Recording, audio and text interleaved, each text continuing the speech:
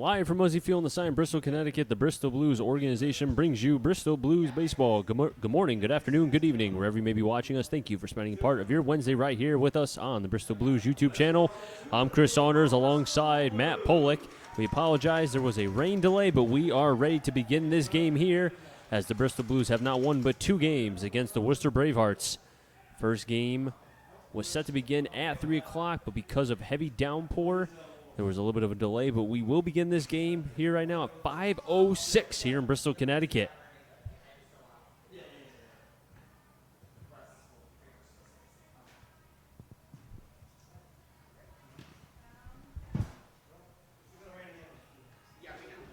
As Peyton Stevens is throwing out his warm-up pitches for the Blues. We'll do the defense for the Bravehearts. Batting first, Mario Ricciardi. Batting second, John Thrasher. Batting third, Chris Reynolds. In the 4th spot, Ben Rice. Batting 5th, Mac Chelly. Batting 6th, Tyler Becker. Batting 7th, Jack Gardner. Batting 8th, Aiden Wild. And batting 9th, around the order, Nicholas Martin. The defense for the Bristol Blues here in Game 1 this afternoon. In the outfield, left to right, Beal, White, Miller. We're on the infield, third to first, Dwayne, Diamond, Roth, Reynolds. Behind the plate, Jordan Lasky. And on the bump is the 6'2 right-hander, Peyton Stevens. Stevens does not have a record in ERA. This is his first start of the 2019 FCBL season. He's pitched 2 2/3, 7 Ks, and 4 walks. He's 6'2" junior right-handed pitcher from Central Connecticut, the high school, Sacred Heart High School in Waterbury. Chris, you mentioned Stevens making his first start of the FCBL season, his 3rd appearance. His first appearance came July 24th in the 14-0 win over Nashua. He went 2 innings, recorded all 6 outs via the K. And then he last pitched July 28th and went 2/3 of an inning and did strike out another. So he's got strikeout stuff. It's just a matter of if he can control the pitches. You know, command has been an issue for him in the past. Can he limit the walks and get the outs? Mario Ricciardi batting .311, 26 RBIs. Does have a couple stolen bases as well. Ricciardi from the left side of the plate wearing number 1. Going up against the number 8, Peyton Stevens. Stevens is ready. Ricciardi is ready. First pitch, here we go. Low for a ball, we're underway.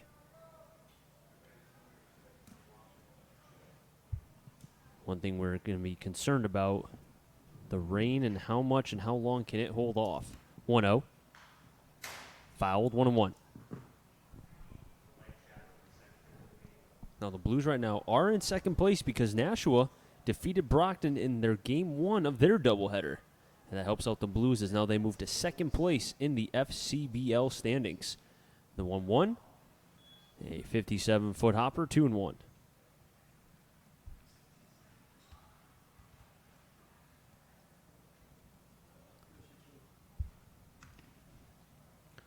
The Blues pitching staff has struggled to get the leadoff man in the first out. Let's see if Stevens can change fortunes here. 3-1. Payne struggling with his command thus far. You wonder because he had to get himself kind of ramped up before the rain came about and then having to stay loose and keep the body warm during the rain delay. 3-1. Call the strike, 3-2. Chardy thought otherwise. Thought he was getting ball 4. Started to walk up the first base line, but has to come back. Payoff pitch. And we'll do it again. Ricciardi, 5'7", 170, goes to Dayton. Will be a sophomore, and he's from Massachusetts. Ricciardi's father, former GM of the Blue Jays and assistant GM of the Mets. 3-2. Ball 4. First walk given up by Stevens, with Thrasher up to the plate now, wearing number 6 and batting from the right side. Batting .286. If I remember correctly, I think Worcester's the only team in the FCBL that puts their players' names on the back of their jerseys. I think, and I'm almost 100%, you are right, Matt. Payton working from the stretch. Pitch gets away from Lasky, and Ricciardi will be on second base. And now Lasky looks like he was calling time, but he won't go out to talk with Payton.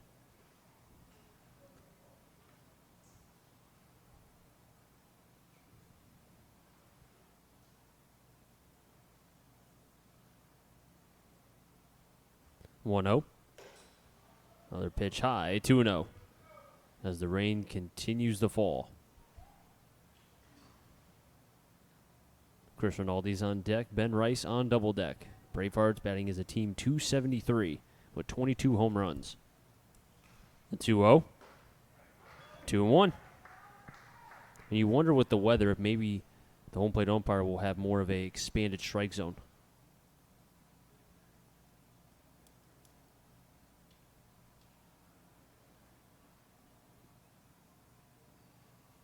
Peyton holds 2-1.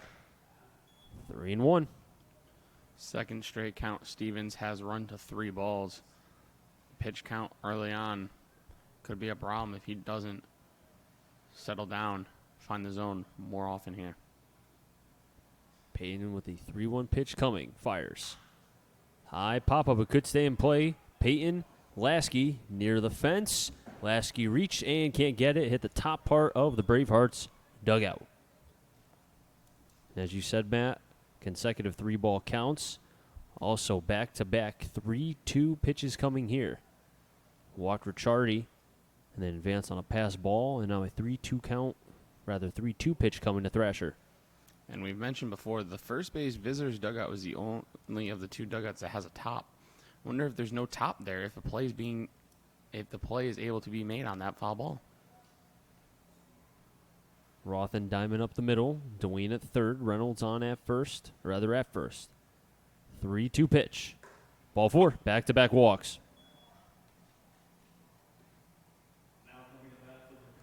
And the dangerous Chris Rinaldi, wearing number 44, batting .300, 2 home runs, 7 RBIs. Rinaldi will be a senior at Holy Cross, and he's from Westfield, New Jersey. Reynolds playing back, just trying to get the potential double play here. First pitch. Call for a strike, 0-1.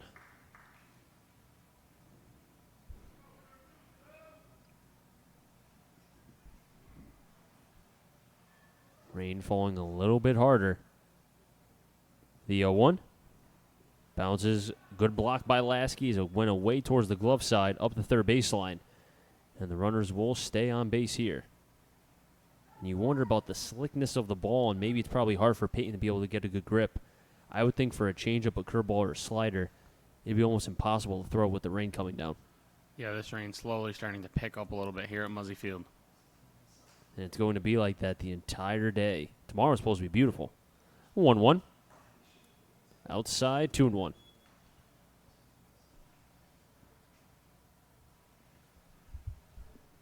Stevens, 16 pitches, 10 balls, 6 strikes. And the big question was the pitch count with Peyton Stevens right now, trying to keep him under a certain number. 2-1, back over to Reynolds. Throw it to second for 1, on to first. Can't get it, and it gets underneath the glove of Peyton. A runner will score. That's Ricciardi. Gives the Bravehearts their first run. Out at second is Thrasher.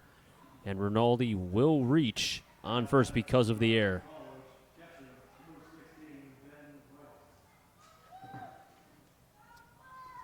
Score that. Rinaldi reaching on the fielder's choice. The run comes to scoring on the E6.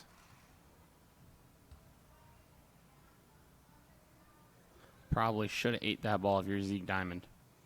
Could have runners on the corners. Instead, gives the Bravehearts their first run. First pitch swinging and fouling it back is Ben Rice. Rice with a .425 average, 5 home runs, and 23 RBIs.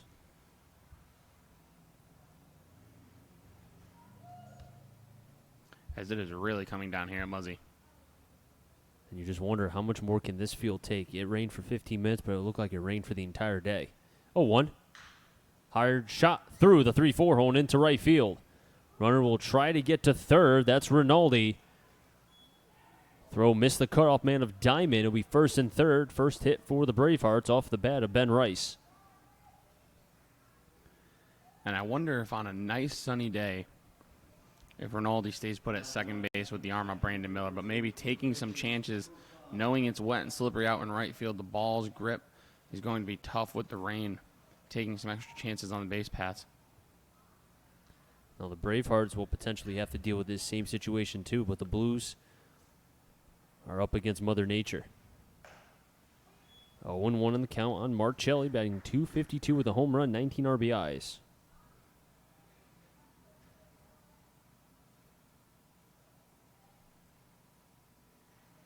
Oh, 1. 1-1. Ricciardi led off the game with a walk, came around to score. Thrasher was out on a fielder's choice. Rinaldi reached on at first because of that fielder's choice. And then Ben Rice singled through the 3-4 hole to make it 1-0. 1-1. Way outside, 2-1. Tyler Becker's on deck. Jack Gardner on double deck. Because I don't think Stevens has been ahead of a hitter all day long. He's been behind every batter except Ben Rice when he threw a first pitch strike. 2-1. Chelly doesn't chase. 3-1. One pitch away from loading the bases is Peyton Stevens. Another 3-ball count. And this rain is not lightening up by any means. 3-1. Ball 4. 3 walks in this half inning for Stevens as Lasky is going out to talk with his pitcher from Central. And the one thing the Blues don't have is arms. I mean, you need length from your starters at this point in the season, especially if you're the Bristol Blues. The bullpen's thin. Your rotation is thin. There's not arms out there. I mean, how many times have we seen Dylan Reynolds go out to pitch? Multiple times. I was just about to say, I mean, obviously we want to get 2 games and, the regular season ends Sunday. No, we don't have off days to make this game up. Dylan Reynolds might be in this game. First pitch to Becker. That's high, 1-0. And as Stevens was throwing that pitch, the rain just coming down harder.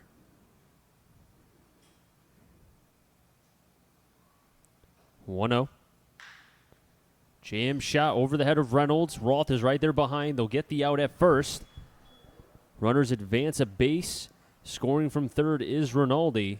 RBI ground out for Becker, his 21st RBI of the season. Rice to third, Shelley to first.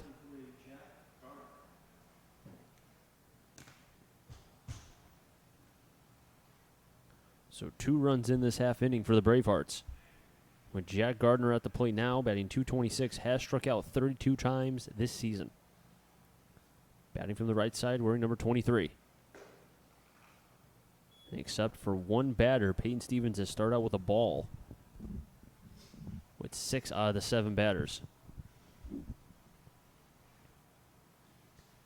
The 1-0. 1-1. Stevens with runners on second and third will go from the full windup. Must feel more comfortable that way. Rice at third, Shelley on at second. The 1-1.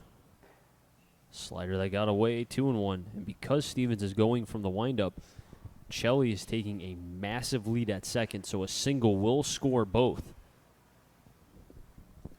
All 3 outfielders for the Blues playing deep enough. 2-1. 3-1. As we said, this game was supposed to start at 3, but because of a massive rainstorm that lasted about 20 minutes, it got pushed until after 5 o'clock. 3-1. Ball 4. 4 walks in this half inning for Stevens. 8th batter to step up to the plate for the Bravehearts, Aiden Wild. Wild will be a sophomore at Stonehill College, 5'11", 195, from Milford, Massachusetts.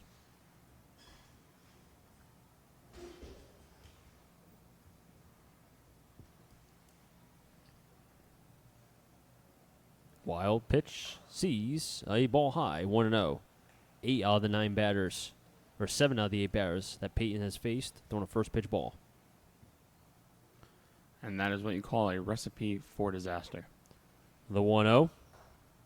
1-1. Pitch count rising for Peyton Stevens right now. 12 strikes, 18 balls. Already over 30 pitches. Stevens again working from the windup. Pitches outside, 2-1. Nicholas Martin, who was 5 for 5 in his first 5 at-bats against the Blues this season, is on deck right now, the 9th batter. 8th batter is Aiden Wild with a 2-1 count here. Bases are loaded. Swing and a miss, 2-2. 2's on the board, 2 balls, 2 strikes, 2 outs. That might be the first swing and miss we've seen from the Bravehearts. We saw a couple foul balls, obviously ball split in play, but that's the first cut they have not made contact on. 2-2 coming to Wild. Pops it up a foul. 2-2 will remain the count. And you know it's been a good inning when you have to go back out to your first base coach and get your elbow guards or batting gloves from him because you're going to come up again.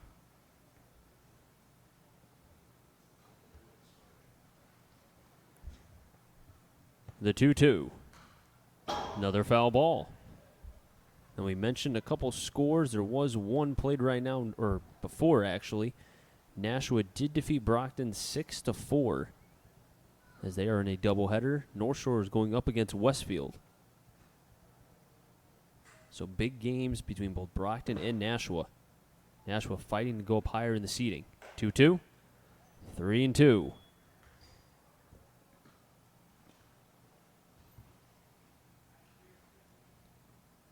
So far, 2 runs on 1 hit and 1 error by the shortstop Diamond. Runners are going. 3-2. Ball 4. And a walked-in run as the Bravehearts will get another 3-0. Ben Rice will score. Chelly to third. Gardner to second. Wild to first. As it looks like quickly someone going out to the bullpen. And that is number 17, Jagger Duquette.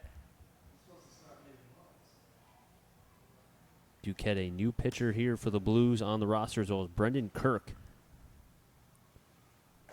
Martin sees the strike 0-1, and you know for a fact Stevens saw Jagger go out to the bullpen.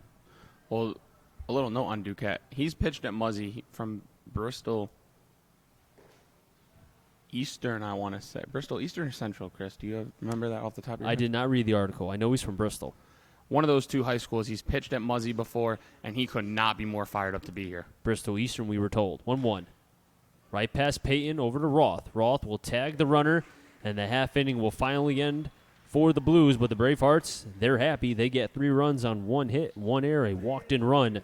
But you know what? The Blues will have an opportunity to bat here in the bottom of the first.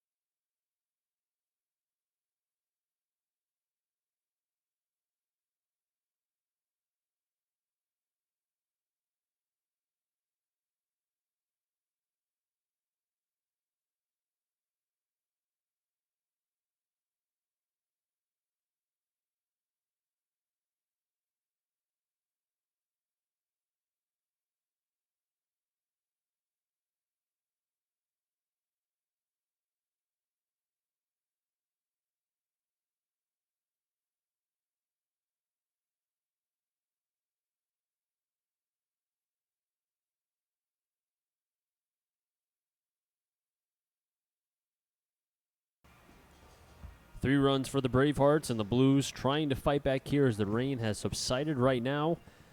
The defense for the Bravehearts, left, center, right. Martin, Thrasher, Rinaldi at first. Chelly, Ricciardi at second. Becker at short. Wild at third. Rice behind the plate. And the pitcher will be number 39 from Oxford, Connecticut, Cole Chadoba. Lineup for the Bristol Blues here in Game 1. No surprise, leading off the center fielder, Austin White. Christian Beal, the left fielder behind him. Brandon Miller bats third. The cleanup hitter, first baseman Dylan Reynolds. Buddy Dwayne, the third baseman, bats fifth. Zeke Diamond, the shortstop, batting sixth. Danny Roth, the second baseman, batting seventh. Jordan Lasky, the backstop, batting eighth. And rounding out the lineup is the designated hitter, Griffin Schneider. Chadoba 1-3 with a 5.78 ERA. This will be his second start. 8 2/3 innings pitched, 18 strikeouts, 7 walks, 23 hits allowed. And Chris, I've actually faced Chadoba. How'd you do? I struck out. Well, you know what? I'm sure a lot of people have. But another funny story You have NVL and NVL. Chidoba from Oxford and then Peyton Stevens from Sacred Heart. NVL matchups right here. Austin White, for the first time this season, batting under 300, batting 299. Still leads league in walks. Oh, he does, 100%. But, I was wondering, maybe playing the amount of games that he has between college and then now, you wonder if maybe he's getting a little bit tired. It is a long season. We say it a couple of times. Most of these guys never played this many games in a year in their life before between college and here. But Austin White, the one thing, though, his average may be dropping, but his zone is the same. His eye is still amazing. Chidoba's first pitch. In for a call strike to the outer half of the plate, 0-1.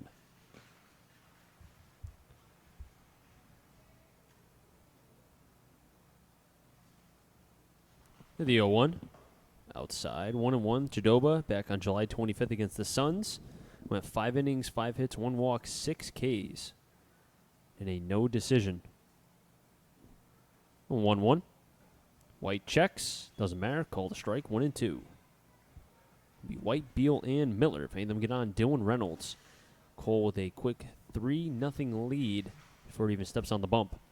The 1-2. Curveball. But it was high.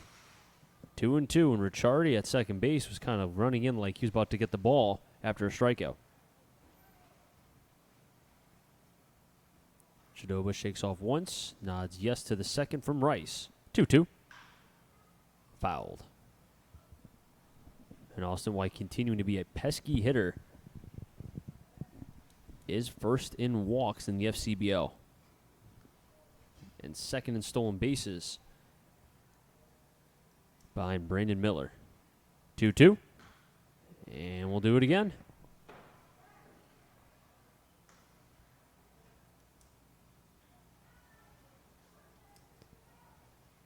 Not a lot of fans here for Game 1, but we would anticipate Game 2 being a good amount. 2-2. Outside, 3-2. That's what Austin White does. Guarantees you a 3-2 count almost every single at-bat. I will say, though, that pitch they took for 2-2 looked pretty good. That was the curveball on the front door side of the plate. Chris, you know how I feel about pitches that Austin White takes. 3-2. Outside for a ball. And Austin White leads the game here in the bottom of the first with a walk, and as he's walking, he says something to Beal. And this is where I wish we had mics, where we can listen in on what the players are saying. Beal batting .283 with a home run, 16 RBIs. Now, White at first does have 25 stolen bases. Most of all, we're happy to see that Beal was okay after getting hit between the chest and the throat. Remember that. That was a scary situation there. Beal swings at the first pitch as a chopper up to short. Becker fields on to first. Not in time. White has to get back to second. And the runners will be safe. First and second, nobody out. Infield hit for Beal. And White, a heads-up play there. Rounding second, taking a big turn. But Wild, the third baseman, who was charging the chopper, got back to third in time, so White had to retreat back to second base. Beal showing the wheels, beating out that infield single. And we've seen it multiple times. Brandon Miller come up in the first inning as the tying run and do it. So you never know, Blues fans. Brandon Miller batting .347, 5 home runs, 33 RBIs. Miller pulling the bump, but then decides to go back on it. That's a little surprising that. I mean, I get the third baseman, Wild, is playing a little back, but I don't know if I'd want my number 3 hitter, who's by far the best hitter on the team, to bunt. Brandon Miller got his poster here on Muzzy for hitting the first homer this year. Taking leads is Beal and White. Cole holding. Fires. Miller takes a strike, 1-1. Miller leads the team in average, home runs, and RBIs as he's competing for the batting title, but right now he's in 4th in the FCBL in average. No disrespect to Miller or anybody, but I think Thomas Joyce got that locked up. He's been a great hitter for a Westfield team that has not had a good season. 1-1. Miller laces that one, but foul. 1-2. Reynolds is on deck. Buddy DeWayne on double deck. Brandon Miller, a St. John's product. We have seen all of his home runs hit here at Muzzy Field.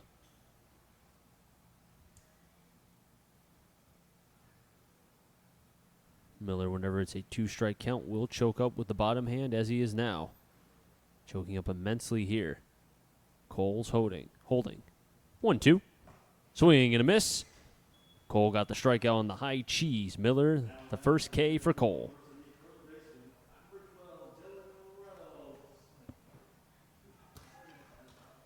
And Dylan Reynolds, who's been one of the hotter hitters in the last week and change for the Blues. 277. Home run, 26 RBIs.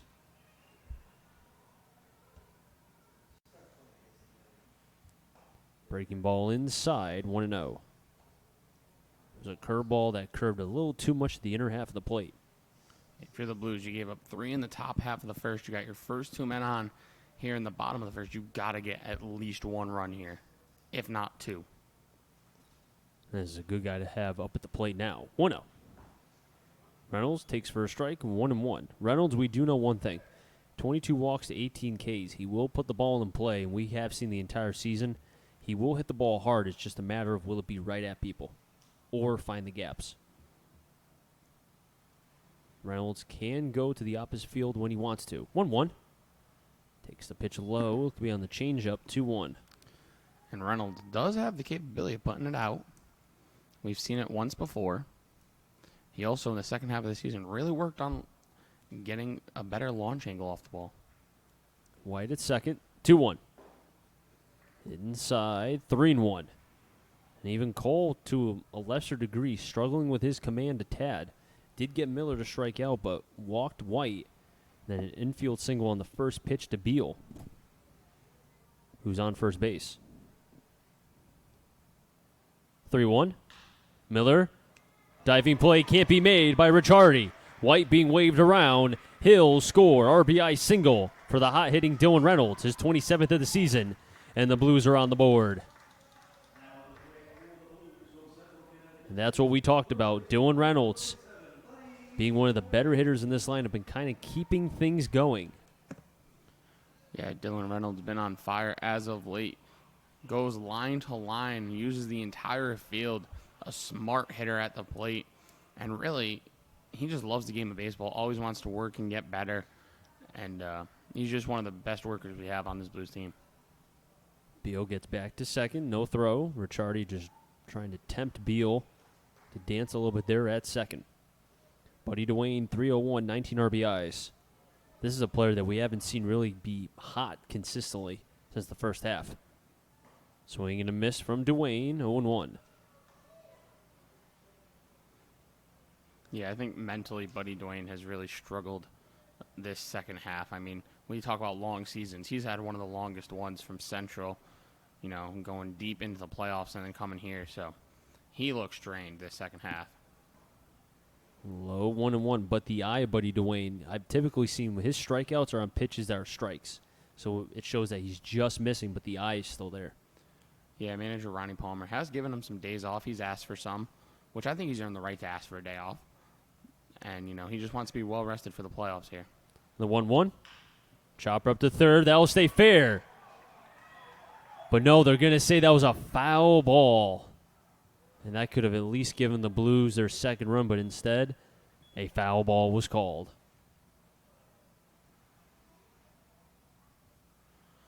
As from my view, that looked like that ball went right over the bag in fair territory. As Chris and our computer operator, Jack, 50-50.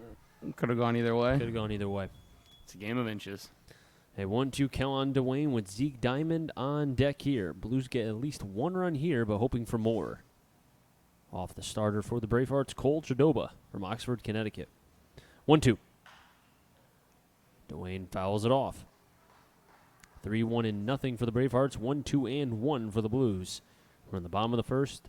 Bravehearts get 3 in the top. Blues get 1 here in the bottom. But have a chance for their second and third runs as Reynolds is the tying run at first. Duane has fouled off 2 consecutive pitches. And now calls time before Chadoba could deliver.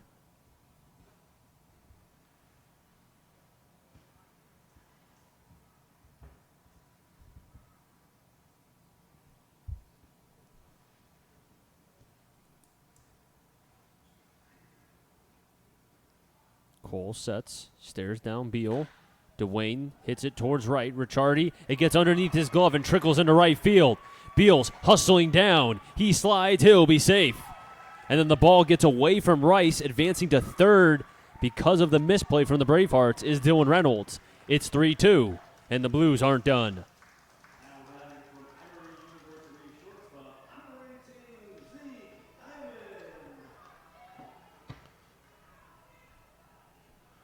So shouldn't be an RBI for Buddy Dwayne there. Should go down as an error against Ricciardi. An E4 is what I would guess. Heads up play by Dylan Reynolds to read the ball going home and being able to get to third when it bounced away from the catcher Rice. High baseball IQ from Reynolds at third to be able to read the ball, as you said. Now for Ricciardi, I don't know if it's because they had to fix up the field and all the rain and everything, but we've seen a couple balls hit now in the infield to give these infielders for both teams trouble. Both Diamond at short and now Ricciardi at second. Diamond at the plate. Speaking of Diamond, he takes a fastball high, 1-0. Diamond batting .333, 2 home runs, 23 RBIs. Does go to Emery. Tying runs on third in the early part of this game. Doubleheader. Here's game 1. 7th inning game. Diamond laces one, past the diving shortstop Becker, into left field. Reynolds will score. Dwayne wants to get the third. He'll get up there standing. RBI single for Diamond. His 24th of the season. We're tied up at 3. And just like that, we're tied. And Zeke Diamond is a guy who, right before the All-Star break, was the hottest hitter on the planet at any level of baseball. And then post-All-Star break, he kind of slowed down, for lack of a better term, he went ice cold. I mean, he just couldn't buy a hit, and now he's slowly starting to pick it back up again. We've been told he is a streaky hitter, and we've seen that. If he gets hot at the right time, he could be a very dangerous hitter come playoff time. Danny Roth at the plate. Swings at the changeup. Good start for Chidoba here. Hasn't been helped by his defense, but has given up 3 hits.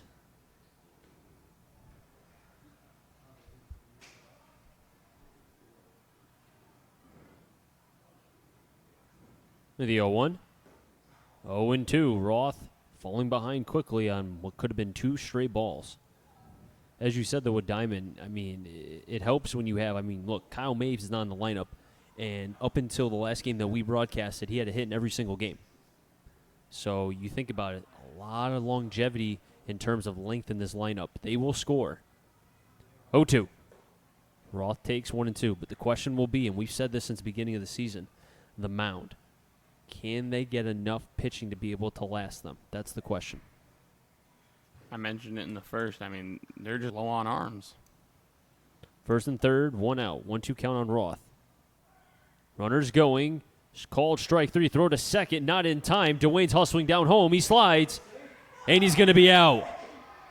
And it looked like Dwayne had his foot in, but the home plate umpire will say that he tagged his left leg.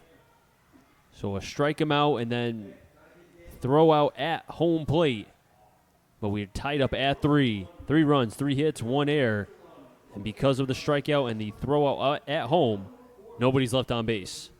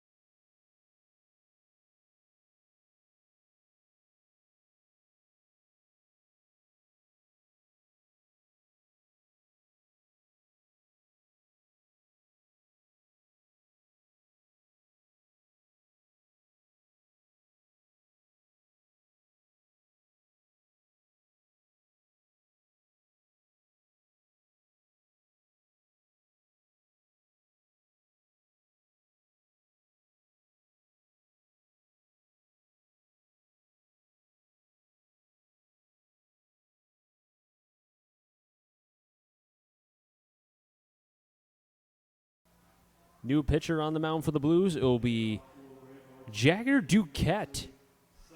And, Matt, you have some interesting news on Duquette. First off, Hall of Fame name, Jagger Duquette.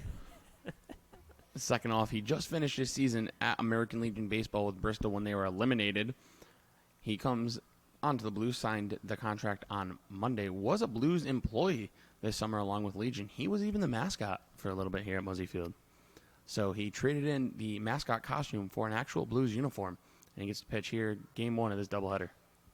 There was a pitch inside for a ball. 1-0. We'll be going to the University of Bridgeport in the fall. So traded the mascot to become a pitcher. How about that? 1-0. 1-1. Now Jagger, not a hard thrower. We'll get the ball up between 77, 79. Not a, like I said, more pitch to contact, but will throw strikes. 1-1. Over to second. Roth, Fields on to first. And the first out retired in the career of Jagger Duquette, a.k.a. Blues mascot. Before I forget, all this information I am sharing, you can find in the article written by Zach Carpenter on bristolpress.com. Great job by Carpenter. And Zach Carpenter always does a great job with the Bristol Press, being able to cover the Blues the entire season. John Thrasher is on deck now. First pitch to Thrasher. Fastball. Must have been outside, 1-0. Also another fun fact, Duquette's uncle is my mailman. How about that? Not really a fun fact, but Oh, it's a fun fact. more just a fact. Well, I knew about Duquette before even the Blues knew about him. Because he told me about him a couple months ago, about how he's going to Bridgeport and everything else. 2-0. I pop up a foul, 2-1. Duquette played his high school ball at Bristol Eastern. He was a 2-time All-CCC selection. Correction, it's his grandfather, not uncle. No. I'll make sure I'm correct. That makes it a fun fact now. 2-1. 2-2. During his senior year at Bristol Eastern, as you mentioned, the University of Bridgeport commit finished with a 5-2 record, a 2.17 ERA, and a 55-14 K-to-walk ratio in 51 2/3 innings pitched. 2-2. There's the off-speed pitch and through the 5-5 hole and into left field. First hit for Thrasher today.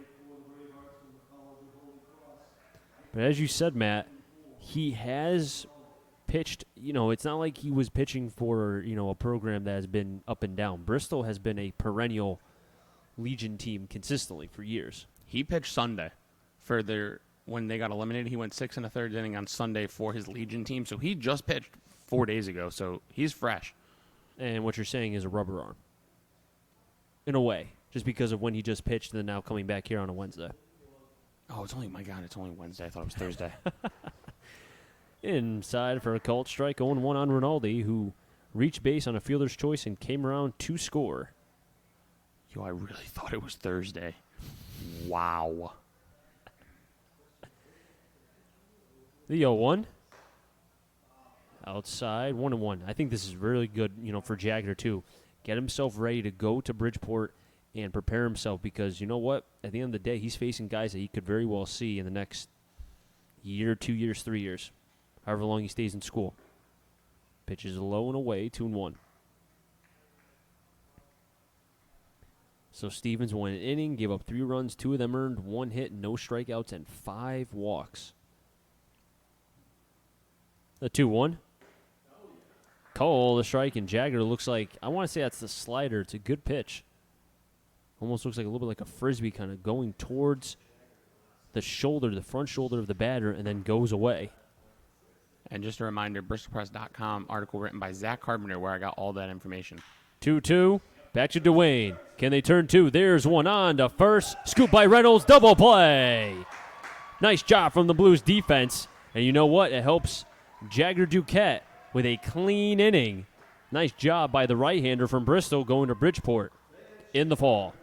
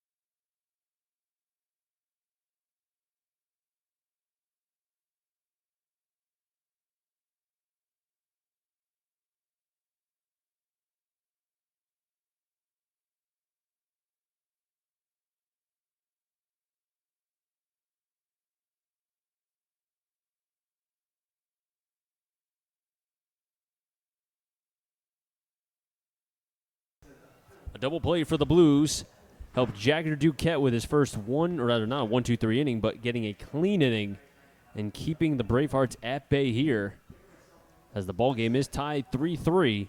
3-2-1 for the Bravehearts, 3-3-1 for the Blues. And Bristol will have in the order 8-9 then top, Lasky, Schneider, and Austin White. If any of them get on, Christian Beal. And Chris, we mentioned it all the time, the shutdown inning. Jagger did just that, shut the Bravehearts down in the second and gives the Blues offense a chance here to attack a wobbly Cole Chidoba. And he doesn't get out or doesn't throw hard, but, however, first pitch, swing and a miss from Lasky, 0-1. You don't need to throw hard. You can pitch to contact. We've seen that before. I mean, Pegram, prime example. Pitch to contact. And he's been effective twice in his 2 starts for the Blues. 0-1. High 1-1.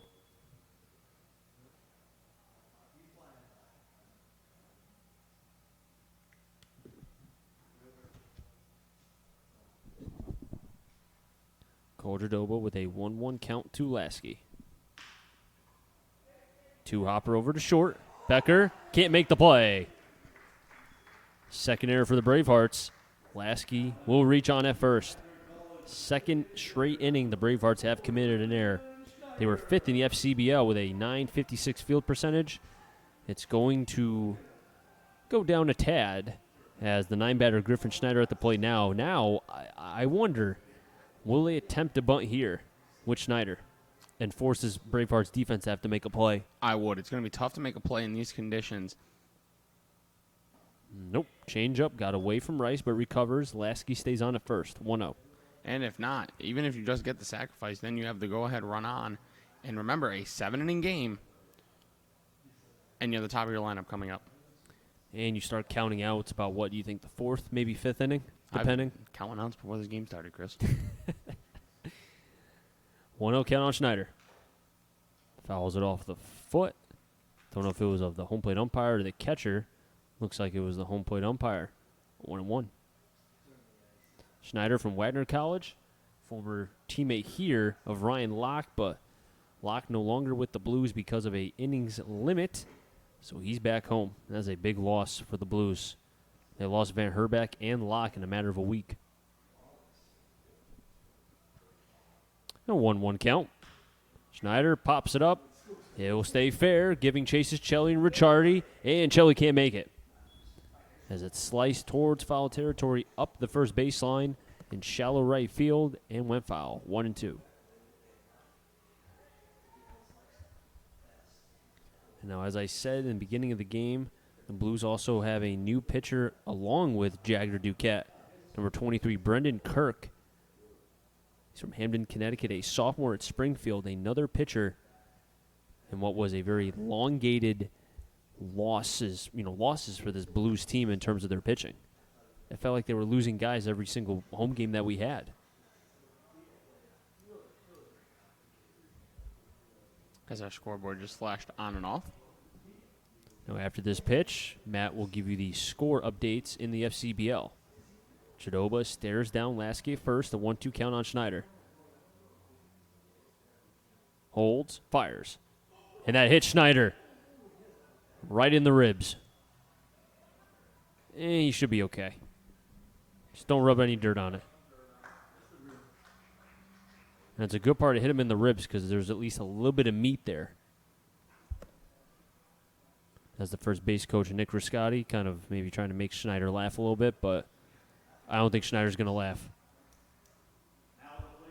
Lasky will get to second. Schneider at first on the hit by pitch.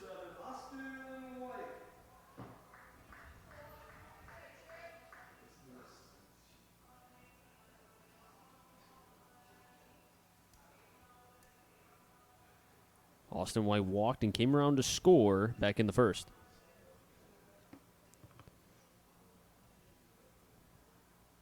Austin White, a product of URI, has had a stellar season for the Blues. Lasky dancing over there at second. White attempts to bunt, but takes the strike instead, 0-1. Today also the MLB trade deadline has the below 500 teams making big-time moves, and the Houston Astros made a big one getting Zach Greinke along with Aaron Sanchez Big moves by the Astros. 0-1. White attempts the bunt. Can't get it down. 0-2 quickly on the leadoff hitter. And the New York Yankees and Boston Red Sox basically do nothing. The Red Sox stink. They should have sold. And Brian Cashman should have traded Devi Garcia for a starter that can pitch in the big leagues. Cole holds the 0-2.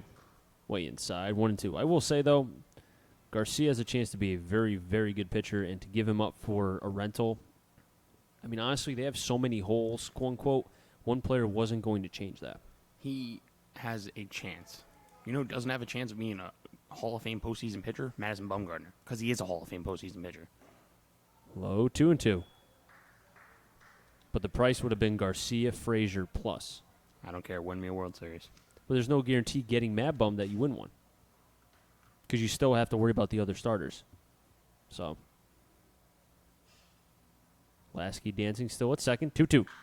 White delivers that one towards right. Reynolds will be there to make the catch. Lasky drew the throw, but it was a missile right to third.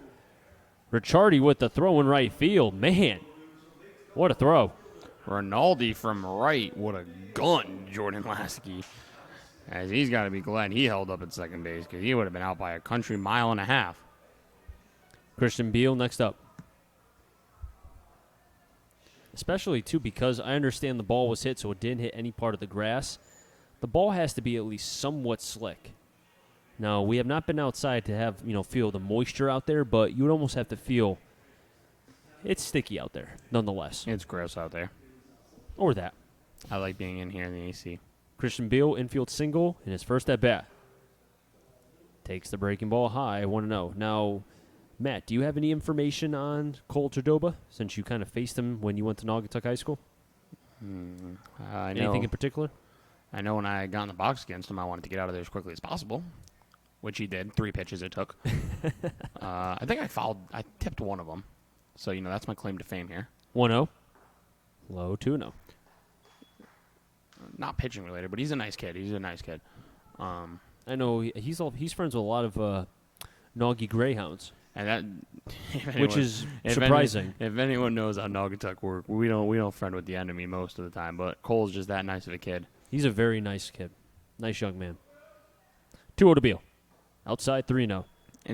I was walking to the ballpark and he came up to me and said, "Hello, Mr. Saunders," and I was like, "Just call me Chris." I feel old as it is now. I thought we'd call you Grandpa or anything. Well, there's that too.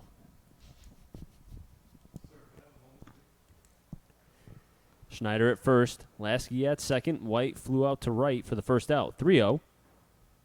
And get me over fastball. Cole having to fight back here.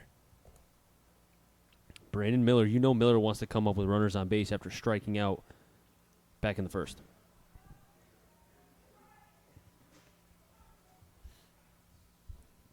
A long pause from Chidoba. 3-1. Strike 2. Beal can't believe it. And the home crowd is saying that was a ball, but home plate umpire has the final say. Yeah, I'm not too happy with umpires after what happened last night at a baseball game I was at. So this guy is going to get a rough day from me if he doesn't get better. Payoff pitch. Beal towards third.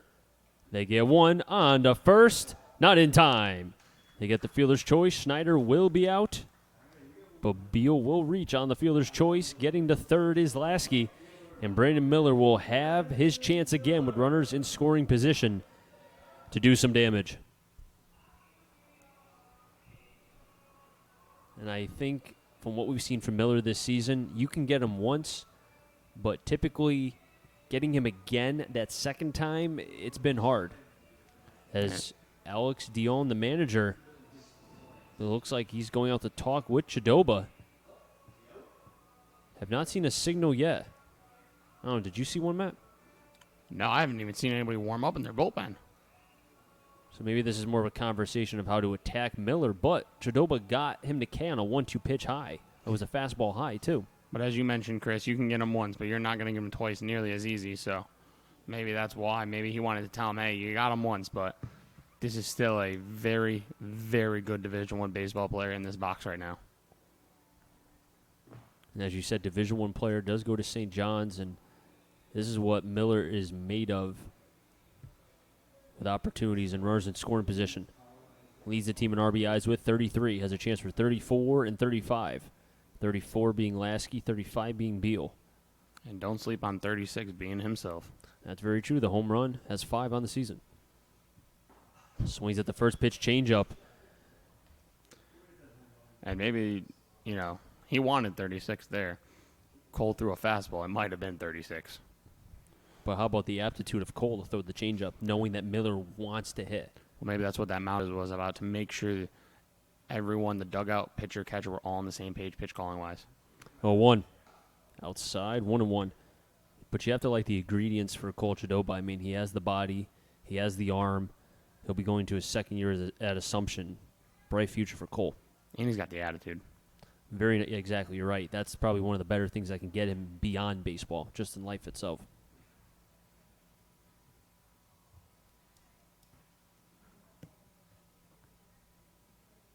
One. Miller fouls it back, down in the hole, 1-2.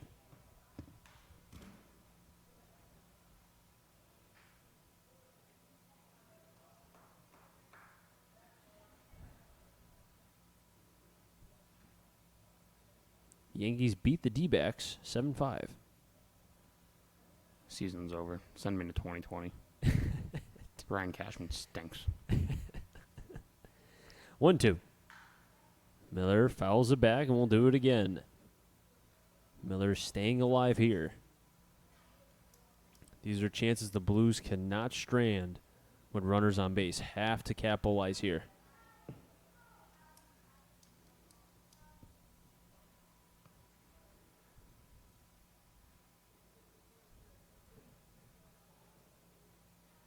Beal at first, Lasky on at third. Blues looking for the go-ahead run. Miller chokes up. 1-2. Sends that one towards left, coming in, and that will drop. And the Blues get the go-ahead run. RBI for Brandon Miller. Scoring from third is Lasky. It's 4-3. Brandon Miller's 34th RBI of the season.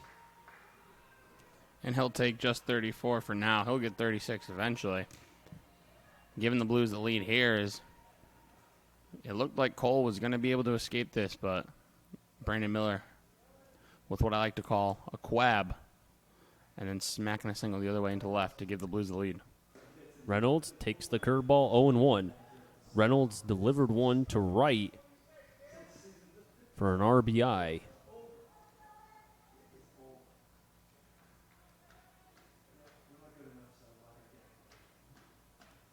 The 0-1. Off the end of the bat towards left. Going back is Martin. Still back. And chases it for the third and final out. But the Blues do get the go-ahead run. One big hit from Brandon Miller for his 34th RBI of the season. It's 4-3 Blues.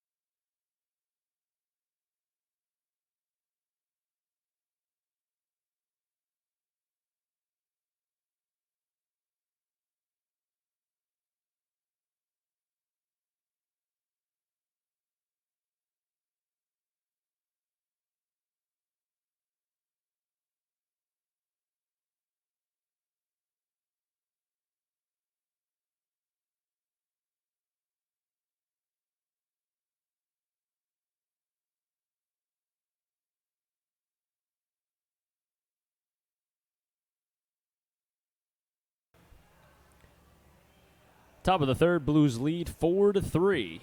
They got the go-ahead run off the bat of Brendan Miller, scoring on That hit was Jordan Lasky. And for a second inning of work, Jagger Duquette will face 4, 5, 6, Ben Rice, Chelly, and Becker. If any of them get on, Gardner. Jagger Duquette with the long hair looking a little bit like Cleffinger from the Indians. Jagger from the windup. First pitch, foul back, 0-1. And how about that? Going from Bristol Legion on Sunday to now pitching an FCBL game against, let's say, Jagger's 17, 18, 17? Going up against 19, 20, 21-year-olds. Sometimes 22. 0-1, hit over to Reynolds. Nice scoop play. He'll take it himself for the 3 unassisted.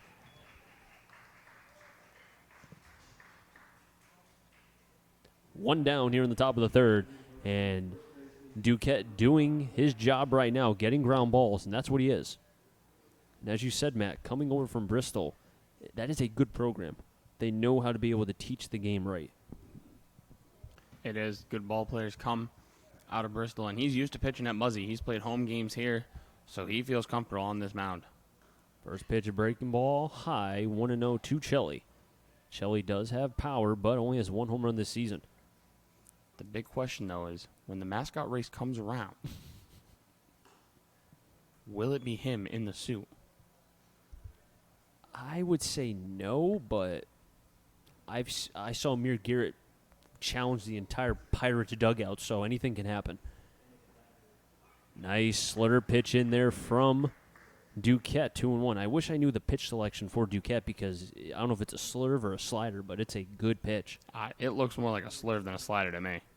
There's that pitch again. This time, call the ball 3-1, but that's not bad. And that plays up to his fastball, though, because now it makes his fastball look even faster. 3-1 pitch on Chelly. Swing and a miss. See right there. It looks faster than it is. And you're saying it might be a cutter? That ball looked like it had some cut movement to it. He throws from the extreme first base side of the rubber, too. Payoff pitch. Popped it up, but foul. He's got the confidence in his off-speed stuff. Well, I can tell you, like we said, the program itself in Bristol, these kids I don't think are afraid of facing anybody, honestly. You can't be afraid. No, they always make deep runs. They're facing the best of the best. 3-2. Called strike 3. First K for Jagger Duquette. That was pretty. He made Chelly a not happy camper. Wow. That was a beautiful pitch. Started that on the inside part of the plate, ended up over the outside corner. And Chelly, even if he took a cut, he would have been 25 feet out in front. He was so off balance on that pitch. Becker with 2 down, takes a strike, 0-1. And he's found a groove now out there, Duquette. Well, the one thing I know about him is that he throws strikes. That's what he's been his whole life. Off the end of the bat, high pop up toward right. Roth, Miller, and it'll be Roth. First 1-2-3 inning for Jagger Duquette. And he continues on working his way through this game.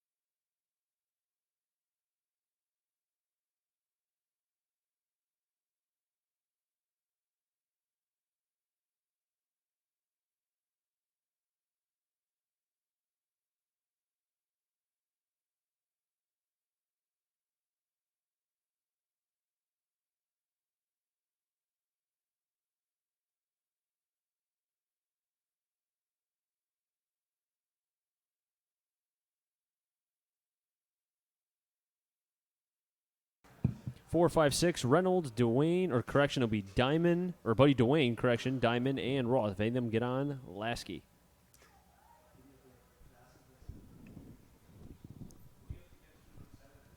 Dwayne reached his first plate appearance on an E4. 0-1. Dwayne pops it up. Foul territory. Chelly will make the catch. 1 down.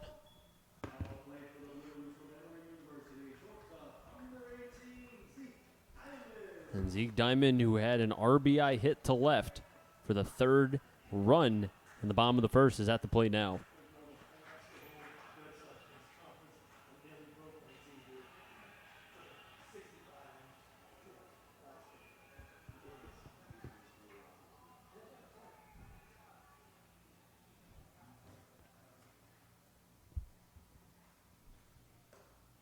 Diamond takes 1-0.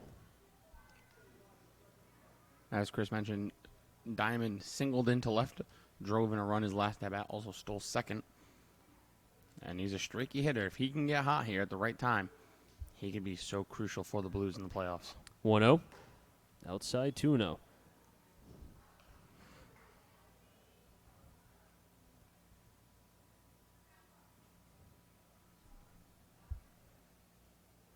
Diamond steps out. Chidoba back out for his 3rd inning of work here, going from the windup. The 2-0. Fires in the heaters, swing and a miss from Diamond, 2-1. Haven't seen that too much tonight against Chidoba. Swings and misses. That was his best fastball all night. He reared back, put a little something extra on that one. And it looked like the extension was there to the glove side. Curveball, high, 3-1. I've noticed after a couple curveballs between this half inning, there was one here, and then the last half, kind of wiping off his hand, maybe not getting that good grip. 3-1 pitch. Inside for a ball, leadoff walk to Diamond. Or correction, a 1-out walk to Diamond.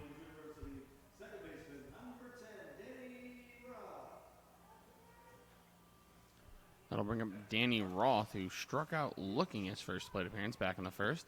Comes up here with 1 on and 1 out. And he's taking a long look down to manager Ronnie Palmer for some signs. And Roth has been known to lay down a bunt or two. 3rd baseman Wild, about even with the bag right now. So we'll see what's up.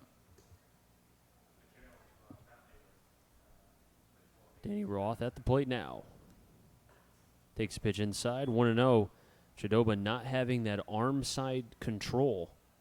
That's the inner half of the plate to righties so far in the last 2 innings.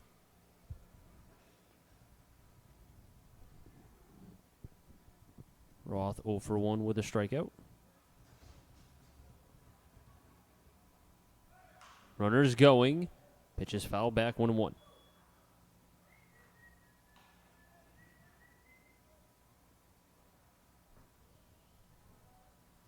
As Diamond stares down to Ronnie Palmer at the 3rd base coach's box. Wonder if they'll have the hit and run on again here with the 1-1 count. Cole holds up top. 1-1. Low 2-1. So far, the Blues have left 2 runners on base. The Bravehearts have left only 2. Correction, 3. And that was in the 1st.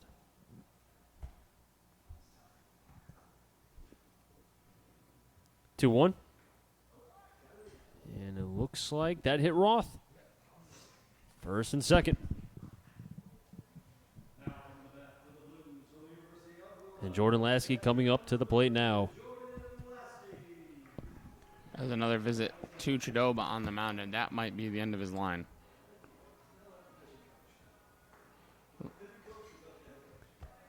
Looks like the pitching coach out to talk with Cole Chidoba. Now I see some light tossing going on, but doesn't look like anybody. Actually, correction, that wasn't light tossing. That was somebody throwing a football. So again, nobody's warming up for the Bravehearts.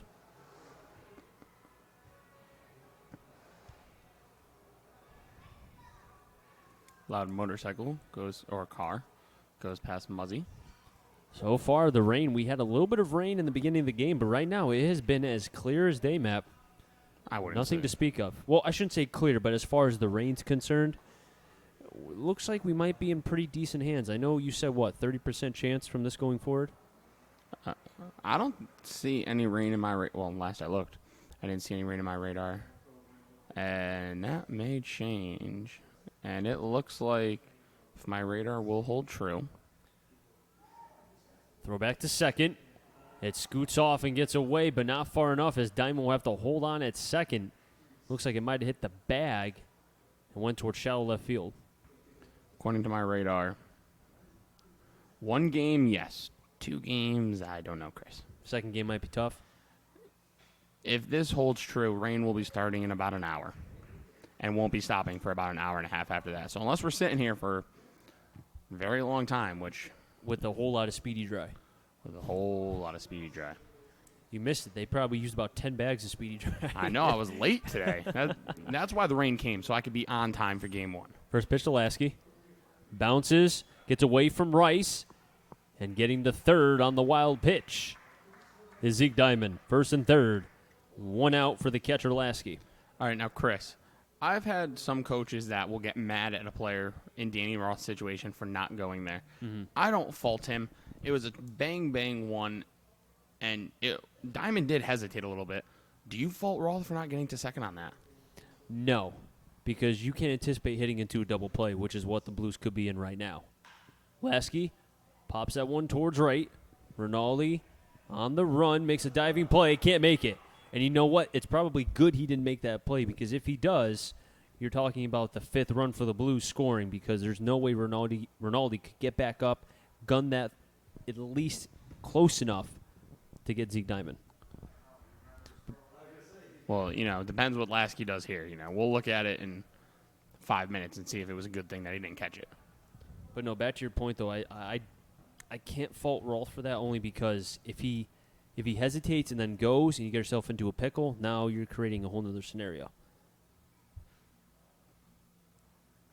1-1 coming to Lasky. Swing and a miss, 1-2. Roth has to hustle back down to first as Rice wanted to throw but didn't. Lasky trying to be able to at least drive in his 7th RBI of the season here. Diamond on at third. Blues looking for some insurance here to give Jagger more space. 1-2. Outside, 2-2.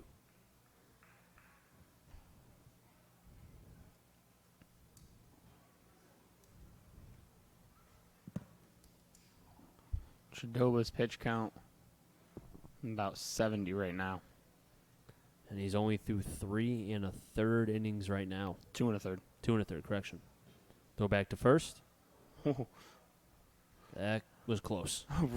Roth had a little bit of delayed reaction there. It's been interesting on the base paths. Didn't go on that pitch, as you said, that went away. Then was late getting back to first. Almost could have been gunned down at first. 2-2. Curveball. Lasky gets a piece. Lasky way out in front on that pitch. Didn't look like Ronnie gave a sign at third base. I would almost think Roth will stay there.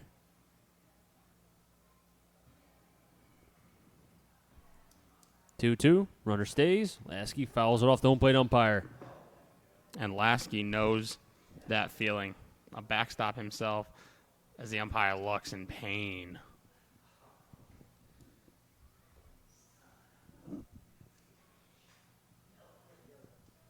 I've been there. That hurts.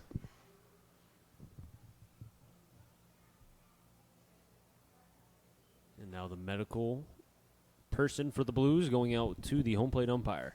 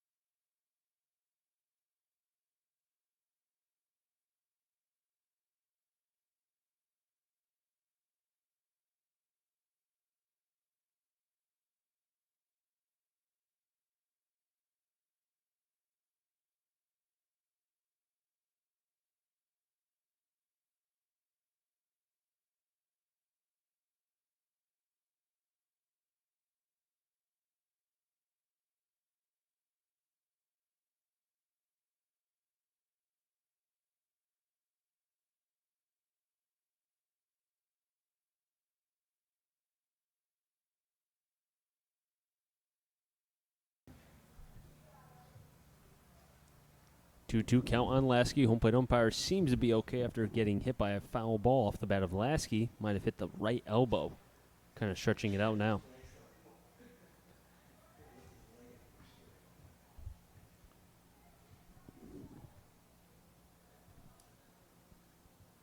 The 2-2. Curveball, swing and a miss. Lasky down on strikes. Big out there for Chidoba. Third K for Chidoba. I just looked into the Blues dugout, and Peyton Stevens had a water cooler that he was lifting above his head and drinking out of it directly. The Blues don't have cups down there? I'm going to go with a hard no on that. He didn't even put it on the railing. He just lifted it straight over his head. Maybe he wanted to be the Hulk for a day. It wasn't the Hulk in the first. Schneider fouls it back. 0-1. He struggled, but I think you could, I know the command has not been there for Peyton, but also the weather played a factor. I mean, every player handles the rain differently. Yeah, we've seen it from both infields. Has not been easy on these players. No, I mean, look, Bravehearts have 2 errors. The Blues have 1. 0-1 to Schneider. Off the end of the bat, pops it up. Shelley calling for it, stares it down, will make the catch.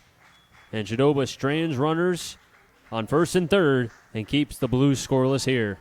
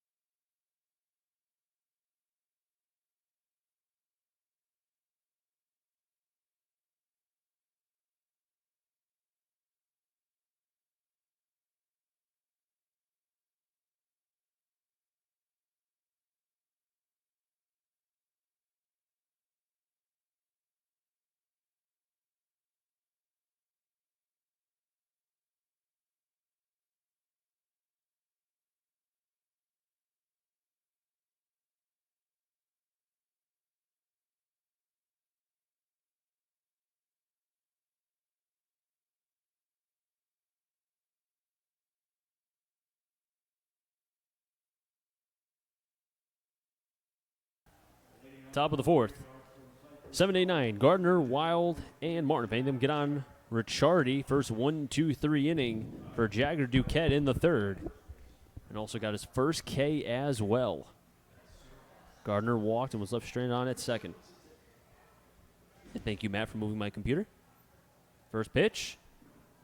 Low and looked to have been down 1-0. I'm sure Duquette doesn't even know half of his teammates' names yet by heart. And he's pitching in a game right now. 1-0. Fouled off, 1-1. I've been a camp counselor, summer camp, for 5 weeks now, and I only know 90% of the kids' names. It's okay. That's a lot of kids. There's 30. Oh, okay, well. Okay, well then. 1-1. Fouled off towards the right side, 1-2. Jagger throwing strikes, attacking this Bravehearts lineup. Well, he might know them because he's been around the Blues all year. That's true, but, working and you're not really watching the games, 1-2. Swing and a miss. Jagger with his second K.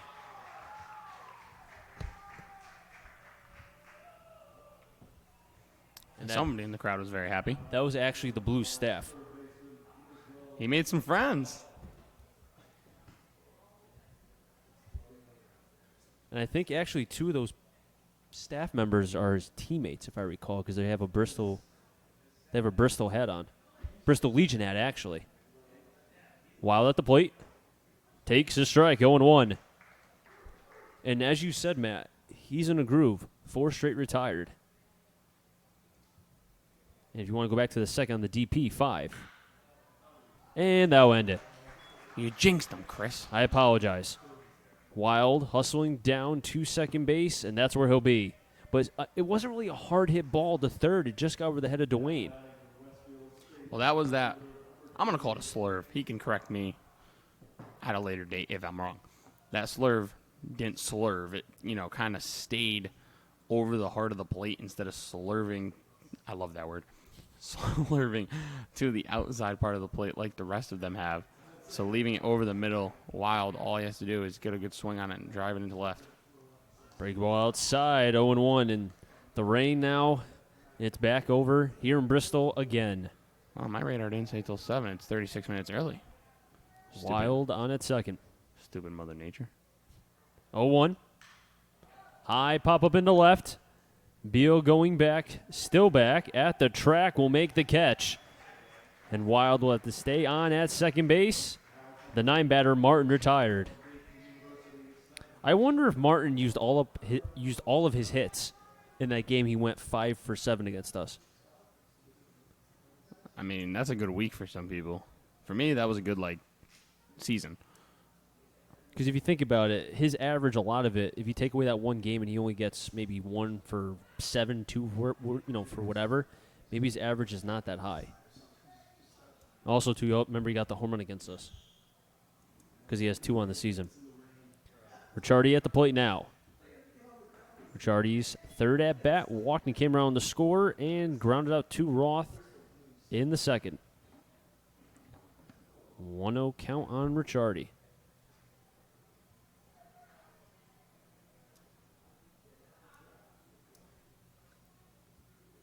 Duquette staring down Wild. Hard foul, and it doesn't look like there's a lot of comfortable swings from this Bravehearts lineup. I understand, they're going to be seeing him now for a second time, but I think that, Duquette will be able to find ways to be able to manipulate the baseball as he's been doing.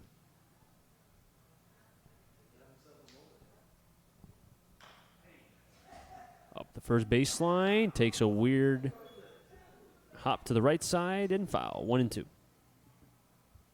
Jagger looking for his third K here.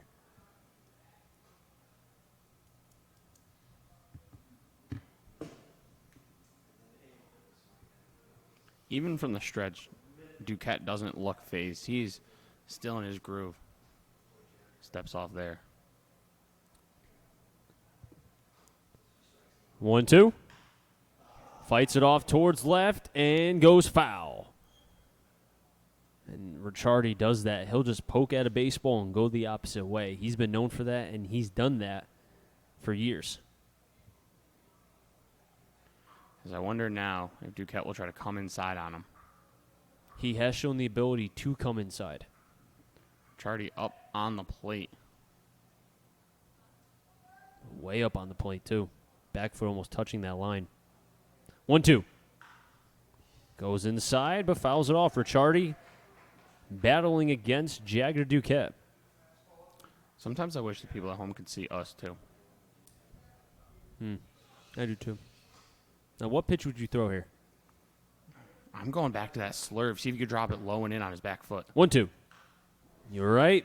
Now, before he throws another pitch, I would say fastball high, but it has to be high enough and not to be to the point of where he can just go the opposite way. Yeah, you're 1-2. You're feeling good. You can waste a fastball here. If you're going to throw the fastball up, you have to get it up. Exactly. Have to elevate it. 1-2. Slider over to Roth. He'll field, bobble it, bare hands it, gets it to Reynolds. Ho, Roth. Hello. Strains the runner on at second, and a scoreless inning for Jagger Duquette.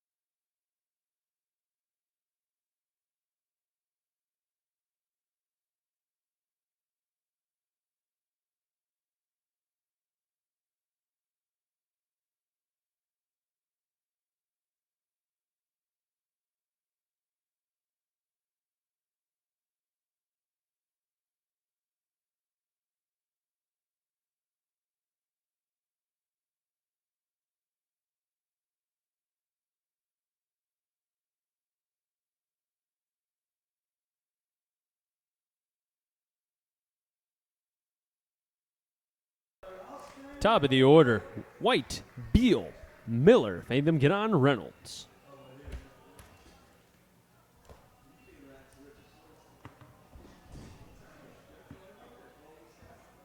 He's only White's third at bat. I feel like he's been up 10 times today. Well, he's also taken a lot of pitches, balls and strikes. He's been able to work the count, too. Well, that's nothing new for him. Jadoba still on the bump. Fires a pitch high for a ball, 1-0. Duquette, 30 strikes, 10 balls. Through 4 innings of work, or rather 3 innings of work. The 1-0. 1-1.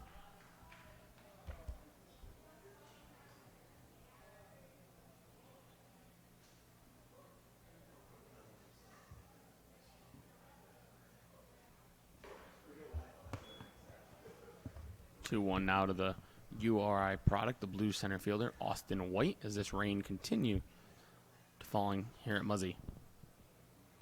2-1 to White. 2-2. Not a fan of that call. Must have been a ball. And you know how, yeah, exactly. Had to be a ball, right? If White doesn't swing, it's a ball. I don't. It's like when Mike Trout's up. If he takes a pitch, it's a ball. I wish Mike Trout played in Eastern time zone. I do.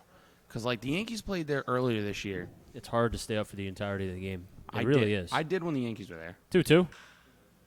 Over to the right side and underneath the glove of Ricciardi. First hit for Austin White. Back to your story, Matt. I would stay up for the Angels games when the Yankees were there. I was still at school at that time, so my schedule was a little different. But, man, like, everything he does is just... Like, he'll field a routine fly ball in center field, and it's like, how does one person do that better than the next? I don't know, but Mike Trout finds a way to be better at it than the next person. I mean, everything he does is just so good. It's so fun to watch him play, and I just wish Angels had more primetime games, and he was on the East Coast. Like, when he signed that extension, I was happy for him, obviously, but, man, I would love to see him play more. Beal at the plate now. He swings at the first pitch. A slow hopper towards the left side. They won't have a throw back to second, and they won't get Austin White. Ricciardi can't believe it.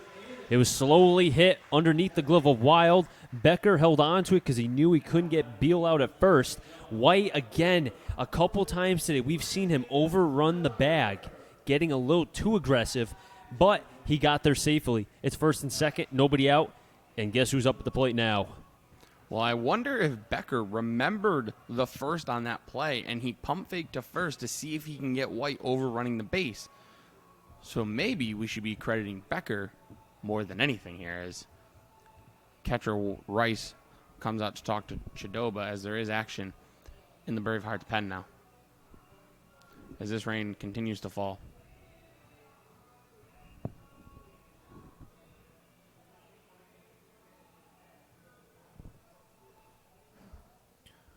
Jadoba now facing Miller. Miller 1 for 2 with an RBI, struck out back in the first. Got a hit in the second. Up here in the fourth, first and second, nobody out. Blues looking for insurance. Pulls the bunt, decides to go back, throw back to second. White slides in. It gets into center field. And both Beal and White will advance second and third, nobody out on the overthrow from the catcher Rice. Third error for the Bravehearts.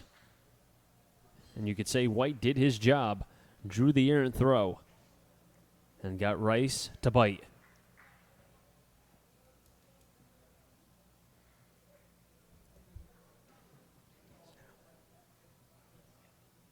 As we are live on air, the Futures League just tweeted out that they have announced the MVP finalist and the Pitcher of the Year finalist for this season in the FCBL. The Pitcher of the Year finalists are as followed: Angelo Baez from this Bravehearts team, Bo Dana from the Navigators, Sean Babineau from the Bravehearts, Nick Sinicola from the Rocks, Matt from Brockton Rocks, Jack Fox from the Starfires, who broke a Futures League record last night. Most Ks in a season, he's at 74. And Eric Chavara from the Bravehearts. So this Bravehearts team pitches. And the MVP finalist, Jackson Peterson from the Pittsfield Suns, Sean Lawler from the Navigators, Thomas Joyce from the Starfires, Mark Coley from the Suns, and the final two Two Bristol Blues, Brandon Miller and Austin White, both MVP finalists this year in the Futures League. Have to like it. The Blues represented 2 players for the MVP. Infield's in. Pitch got away from Rice, but no harm. 2-0 is the count on Miller, as both Ricciardi and Chelly are in on the right side. Becker, about the same, maybe a half a step back behind Ricciardi at the shortstop position. I wonder how they do the voting for the MVP and the pitcher of the year. The fans don't have a say. They don't. Which, you know what? It's probably good. I'm okay with that. Fan voting is one thing to get a player in, but, 2-0. Miller laces one but foul up the first baseline, 2-1. Because the fact of the matter is, the only people that are saying these guys play every single game are the coaches, the other players. Yep. So really, they should be the ones deciding. And I'm one of those guys. I don't believe an MVP has to come from a winning team and the most winningest team. But, man, if Brandon Miller and the Blues get first place and he hits you up this weekend, 2-1. Took a daddy hack, 2-2. it might be hard to not vote for him. Well, on that swing, how about the swing he had last week where he lost the grip of the bat? Yeah. Yeah, he takes some big cuts. Has nobody out here, second and third. Chance for a couple runs to give Jagger a little bit of a longer leash. So far, only 1 run. Prime time opportunity here. Chidoba, though, trying to at least keep the Blues at 1, if not none. Miller chokes up, 2-2. Fouls it off. And reading these little blurbs about each of these MVP candidates, I think Billy Beane wrote Austin White's. And I quote, "You can't score runs if you don't get on base." That sounds like Billy Beane. He's got a .463 on base this year, second in the league. He leads the league in triples with 6. And he also leads with runs scored. He has 47 runs in 45 games coming into tonight. And he scored tonight, so he's up to 48 runs. 2-2. Miller, high fly ball on the right. Going back is Rinaldi. Still back, turning, looking. It is gone. A 3-run home run for Brandon Miller. His 6th of the season. It's Miller time for Brandon Miller. MVP. MVP. MVP. MVP. MVP. MVP. Brandon Miller.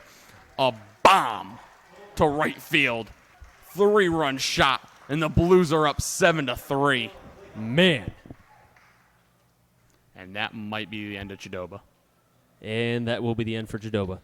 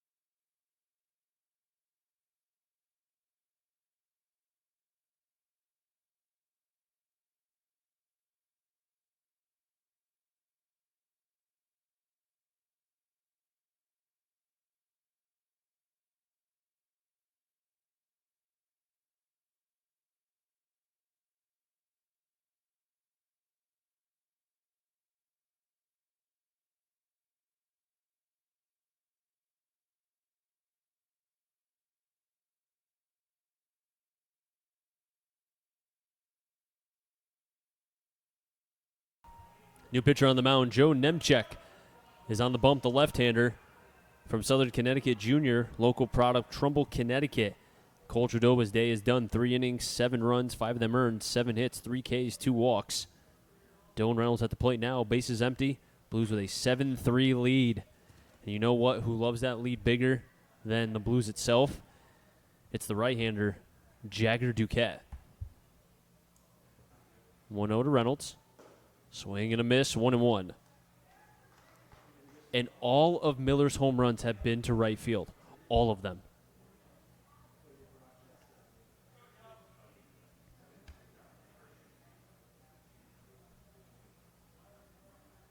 One.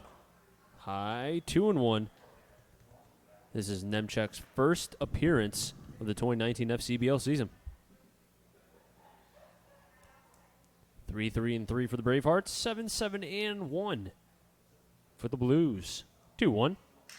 Broken bat, softly hit. Ricciardi lost his footing, regains, and makes the play. First out here in the bottom of the 4th.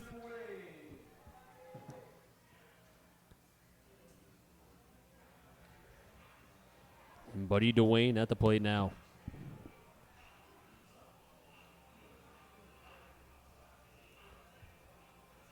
How about our timing? I mean, who's better than us? Just me.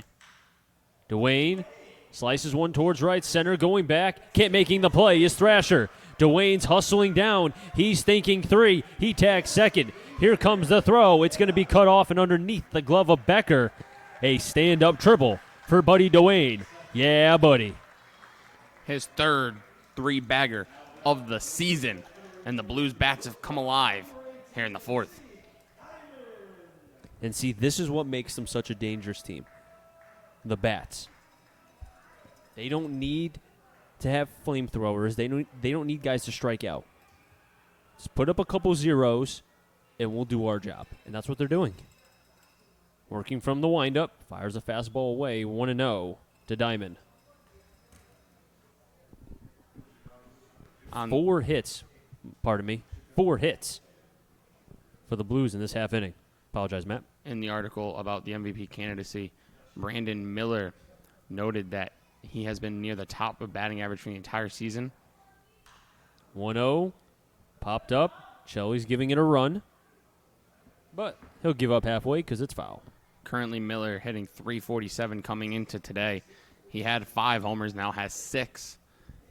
He had 33. He's up to 37 now.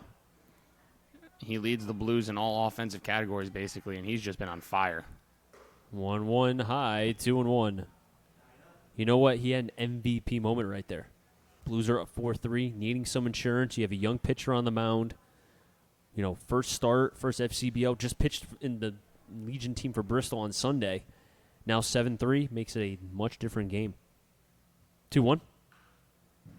2-2. And you know what? Don't stop here. Buddy Dwayne's on at third. Try to get that runner in from third base. Make it 8-3. You never know what could happen. I mean, look, yesterday against the Brockton Rocks, they were up 6-1. A 3-run shot by Brockton made it 6-4. And those insurance runs came in the later part of the game before Brockton scored in the 8th. Danny Roth is on deck. 2-2. Swinging and a miss. First K for Nemchek. He really gassed up that fastball.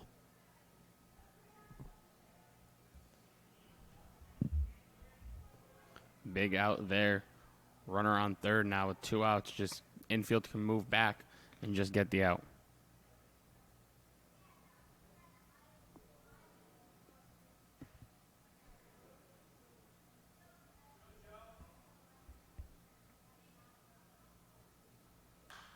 Roth swings at the first pitch and fouls it back, 1-0.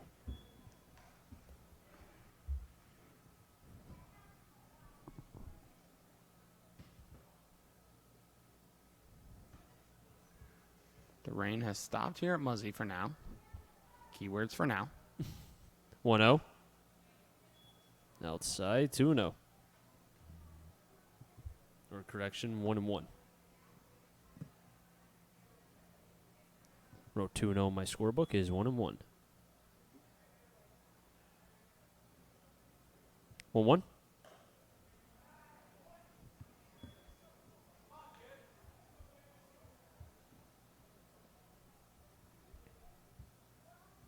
Nemchek, 6 foot, 170 pounds. Going into his junior year at Southern. Nice little change piece. 2-2. Jordan Lasky's on deck. Griffin Schneider on double deck.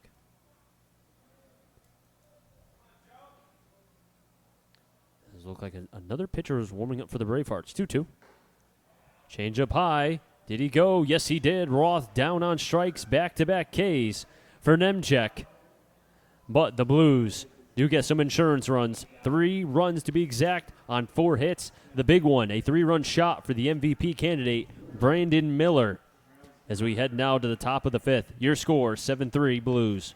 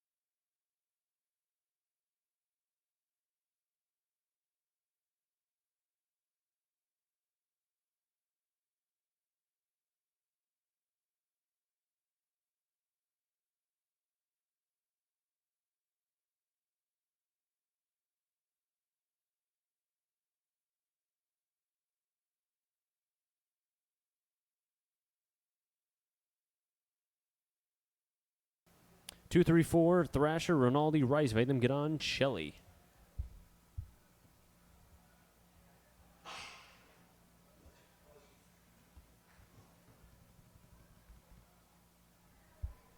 $30 strikes to 10 balls for Jagger Duquette, who has a little bit more of insurance. Fires a pitch in for a strike as it was fouled back 0-1. That's what Duquette has been doing, throwing strikes.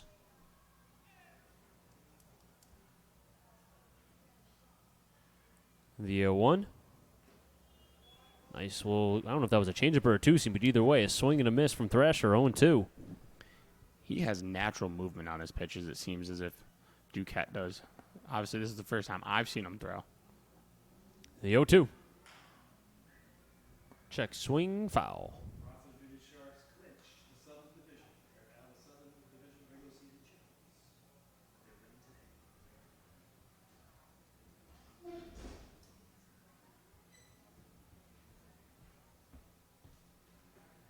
The 0-2. Way outside, no harm, no foul, 1-2. Also breaking news in the NECBL, the now Martha's Vineyard Sharks, who last year were in the FCBL, are the 2019 Southern Division regular season champs. So first year dominance for the Sharks. 1-2. Slider low, 2-2.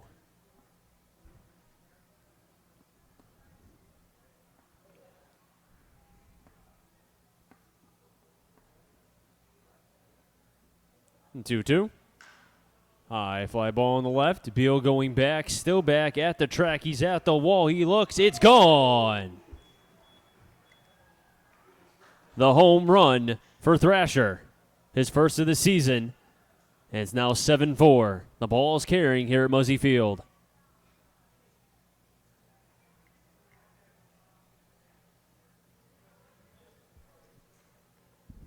as that ball to left just kept going and going and going. Didn't think it was initially going to get gone off the bat. Didn't sound too great. But nonetheless, ball carried. Beal gave it a look. Pretty high fence out here at Muzzy. Beal, not the tallest dude. Second home run for Thrasher. Now his first, his second. Firing in a strike is Rinaldi, or to Rinaldi, 0-1. So the first run given up by Duquette was a home run, but the insurance, however, still only 7-4. The 0-1, pulling the bunt, and it goes back 0-2. Hey, Thrasher put a good piece on that, was able to pull that ball.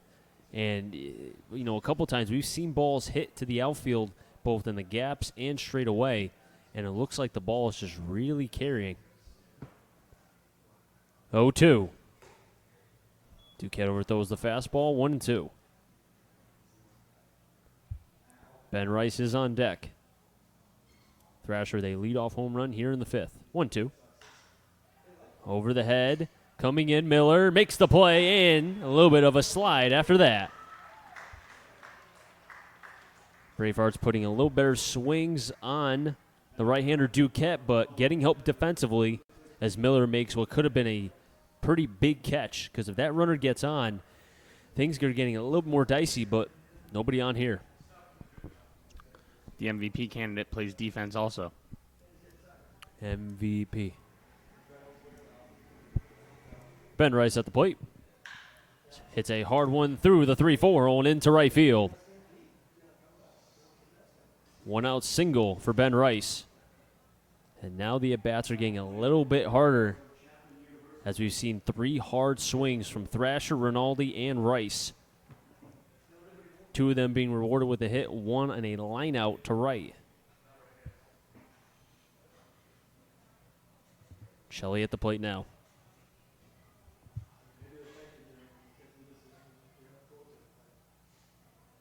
Swing and a miss.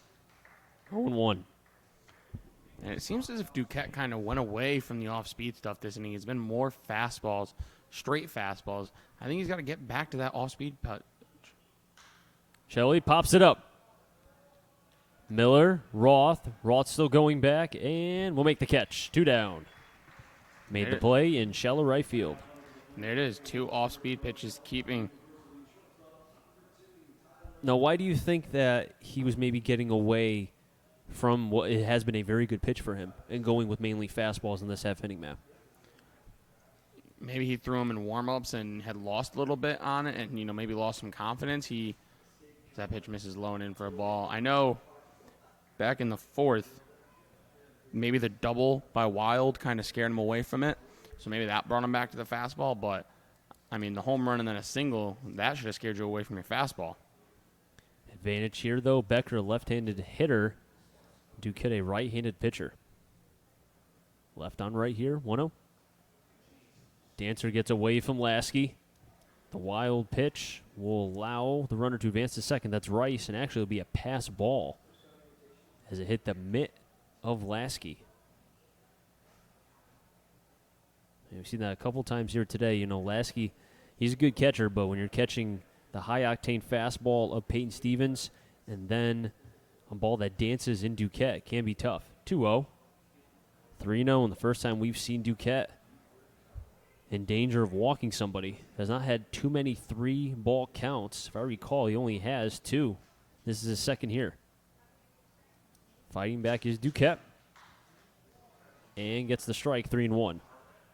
Not only that for Lasky, but Stevens and Duquette, probably 2 pitchers he's worked minimally with or hasn't worked with until this moment. So, at least Stevens has been here for a couple weeks. Duquette just basically showed up.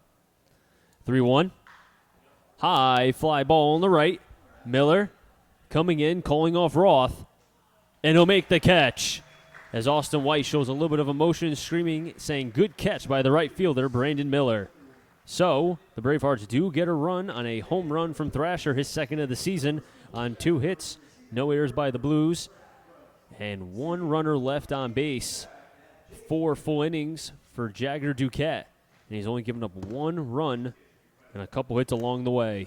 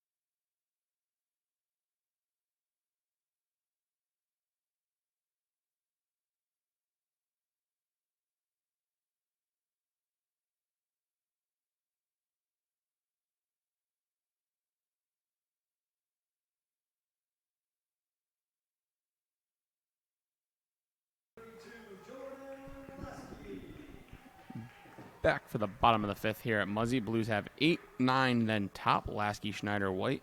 Any of them reach, it will be Christian Beal. New pitcher for the Bravehearts.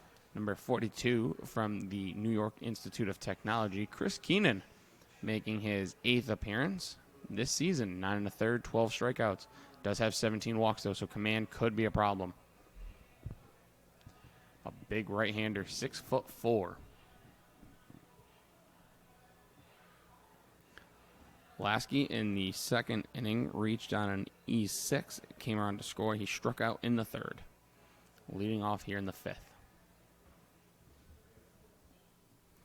Keenan supporting the dark blue with neon green striped stirrups for the Bravehearts as Lasky takes a big healthy cut, swing and a miss, 0-1.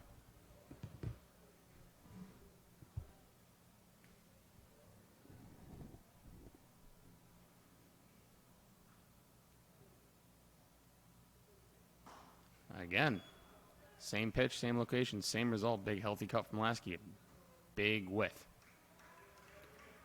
7-8-1, leading 4-5-3 here.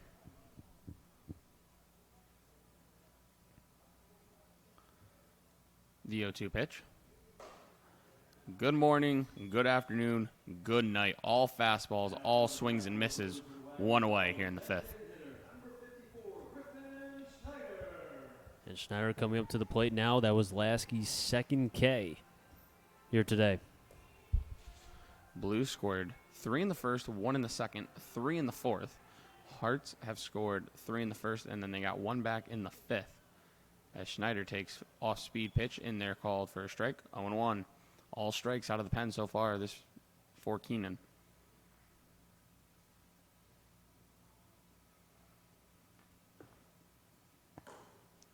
Big swing and a miss there. He's got life on that fastball. Blues can't touch it right now. He's a big boy. He's at 6 foot above, but the ERA's been a tad high. The command issue has been bad for Keenan, but so far looks pretty good. 0-2 pitch. Swing and miss. Good morning, good afternoon, good night yet again. Back-to-back Ks. That'll bring up Austin White as he's 2/3 of the way to a very special kind of inning, but not an easy guy to get 1, 2, 3. Austin White steps into the plate.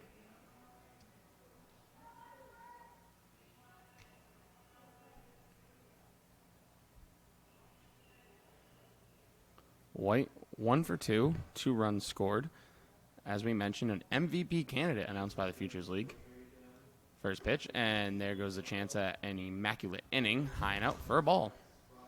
You were hoping for that, weren't you? No, I want to see the Blues hit. It would have been cool, but the 1-0 pitch. Same result, 2-0. And, you know, when I saw Austin White, the thought of 3 strikeouts kind of goes out the window. I mean, Austin White puts the ball in play better than anyone. The 2-0 now. Missing out yet again, 3-0. And with Keenan coming in, Nemchek went 1 inning, 1 hit, and 2 Ks. The left-hander going to, or rather at, Southern Connecticut. Same where Tommy Hughes goes to as well, a blue right-handed pitcher.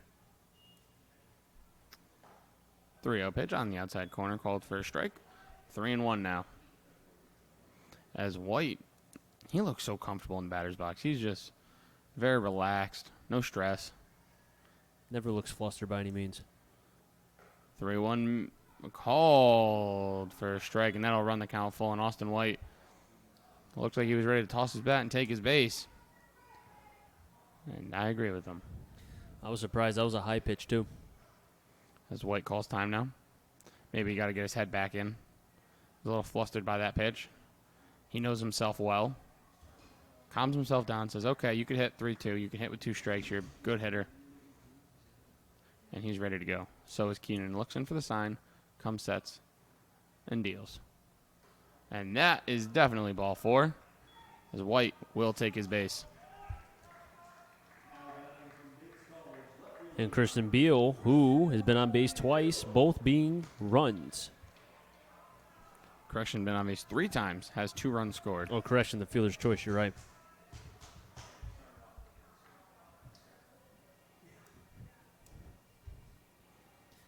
Blues looking to get back the run they gave up in the top half of the fifth. The home run by Thrasher. White leads off first. Pitch.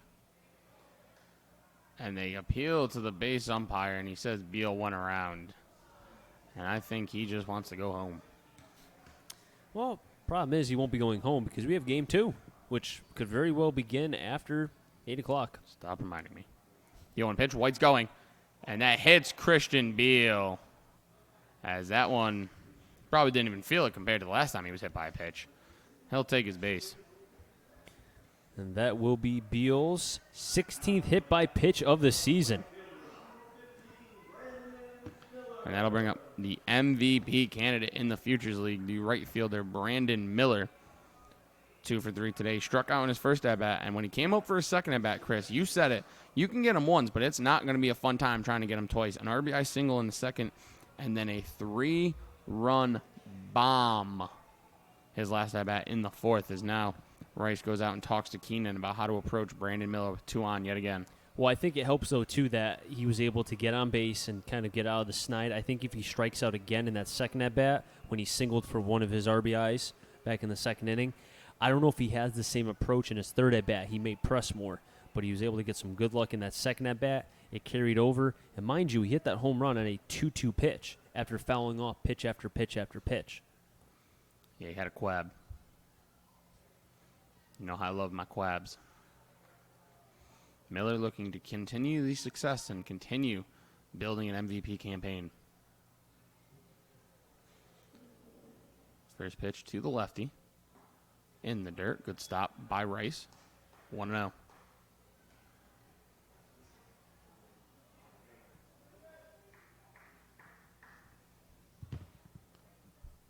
Miller taking his time to get back in the box. Keenan looks in. Stays pretty tall when he looks in. Many pitchers will bend over as he steps off. Will bend over looking into the mitt. He stays tall. Maybe part of that 6'4" figure trying to scare opposing batters. But let me tell you, Brandon Miller will not back down no matter who's out there.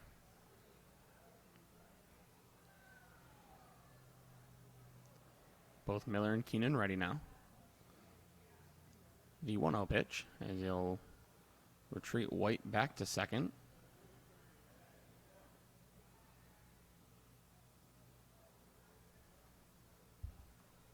So now Miller will go through his spiel again, looking at his bat, tell it to bring him good fortune, get back in the box. And now the 1-0. Big, healthy cut, 1-1.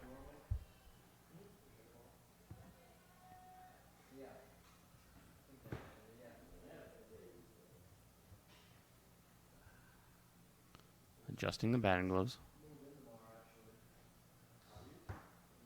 It seems like neither Miller or Keenan in any kind of rush here. Pace has really slowed down after he got the first 2 outs. The 1-1 pitch to the St. John's product. Off-speed pitch. He rolls over it. Ricciardi at second. Fields throw to first. In time, and the side is retired. So, the Blues leave 2 stranded in the bottom of the fifth. We go to the sixth. They still hold a 7-4 lead.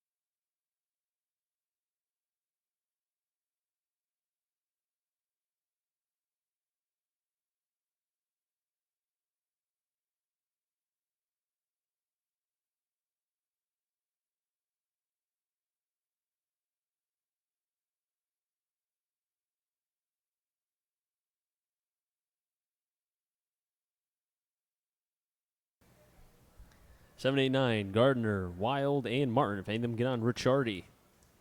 Jagger Duquette still on the bump. Throws a strike, 0-1, and that's what he's been doing all day since coming in relief of Peyton Stevens after a struggling first inning for Stevens. Duquette has been good. Has only given up 1 run. And as I say that, hits Gardner. The broadcast jinx. It's been strong today, Chris. You jinxed him when you mentioned how many in a row he had retired before he gave the double to Wild. I apologize, Duquette. Wild at the plate, who doubled back in the 4th inning, but was left stranded after a nice play from Ricciardi in the 4th. Blues with a 7-4 lead. First pitch, swing and a miss, 0-1. Blues scored in the 3rd, or rather the 1st, the 2nd, and the 4th. Worcester Bravehearts have only scored after the 1st when they had 3, and the 5th on the solo shot from John Thrasher. 1. Outside, 1-1. Bravehearts on that home run from Thrasher in the last half in the 5th now have 23 home runs as a team. As there's light bullpen action going on for the Blues. 1-1. Foul. Now this is a situation where you can get a save, but as we saw in the Bristol Press a couple days ago, closer by committee. Kyle Maves is running down there. Maybe he's the committee today. You know what? If he pitched, I wouldn't be surprised. 1-2. Off-speed pitch that was high, 2-2. Martin is on deck. Now there looks to be more stretching going on for the Blues here. A game that the Blues desperately need. 2-2. Outside, but it was a ball, 3-2. Good idea there. Double play situation. Maybe go outside, get him a roll over or something. You have Buddy Dwayne at third base. He is a vacuum cleaner over there. 3-2. Swing and a miss. A big K for Jagger. His 3rd one tonight. And with 1 down, Martin at the plate, and that totally, I think, changes the facet of this game, or at least this half inning. Because if you have 1st and 2nd, nobody out, now you have the table churning and the hamster running through. But now with 1 out, Martin up at the plate. Tries the bunt. Pitch was outside. Martin goes back. Duquette ran off the mound after delivering that pitch, ready to field the bunt. Well, we've seen now Duquette for 4 1/3 innings, and he has a good motion, finishes towards home plate. Runners going, right back to Roth. They'll get the double play. And at the right time, at Duquette, Duquette is pitching brilliantly for the Blues.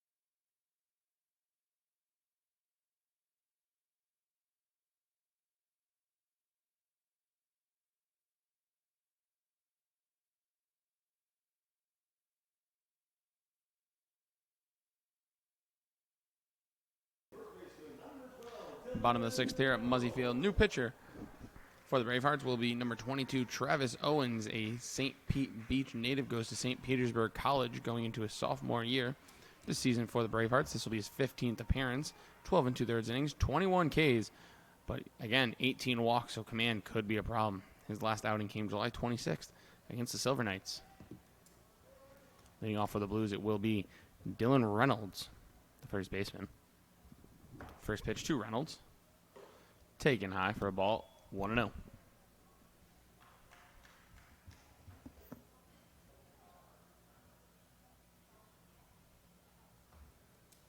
The 1-0 pitch. Low and out to the backstop. No harm, no foul. 2-0. The line on Keenan. He went an inning. Walked the batter. Struck out 2.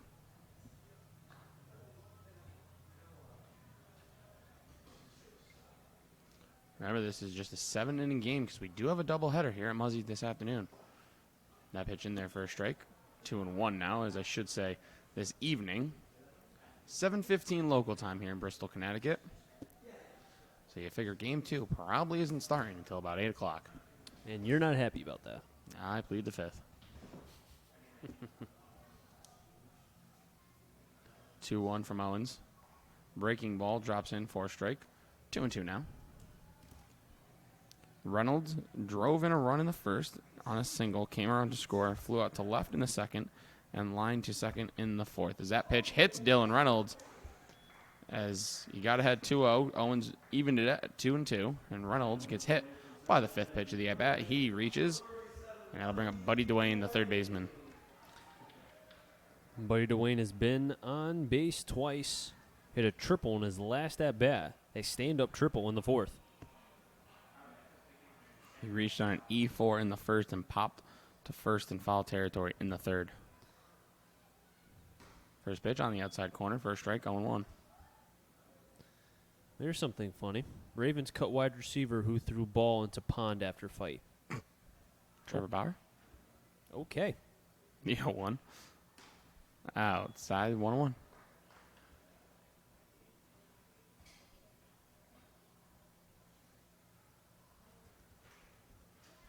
Owens sets. Reynolds leads off first. Pitch. Bounces. Get to the backstop. Reynolds will advance as he takes a big turnaround second. But he'll stay put right there. So ball on Buddy as Reynolds reaches on the wild pitch.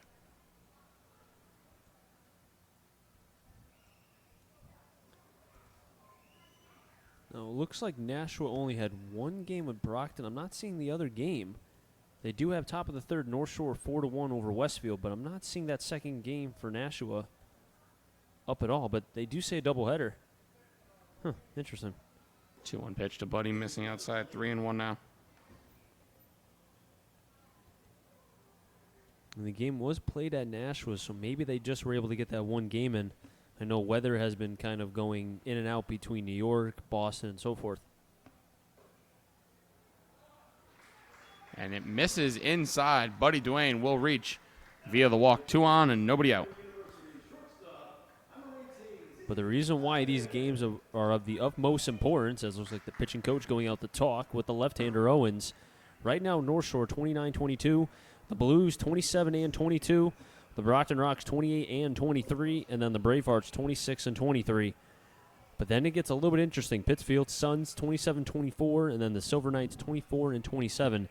A lot of it's really not any guaranteed about who's going to be where, except maybe the Silver Knights, who are in 6th place. But right now, the Blues, being at the number 2 slot, can get a bye here.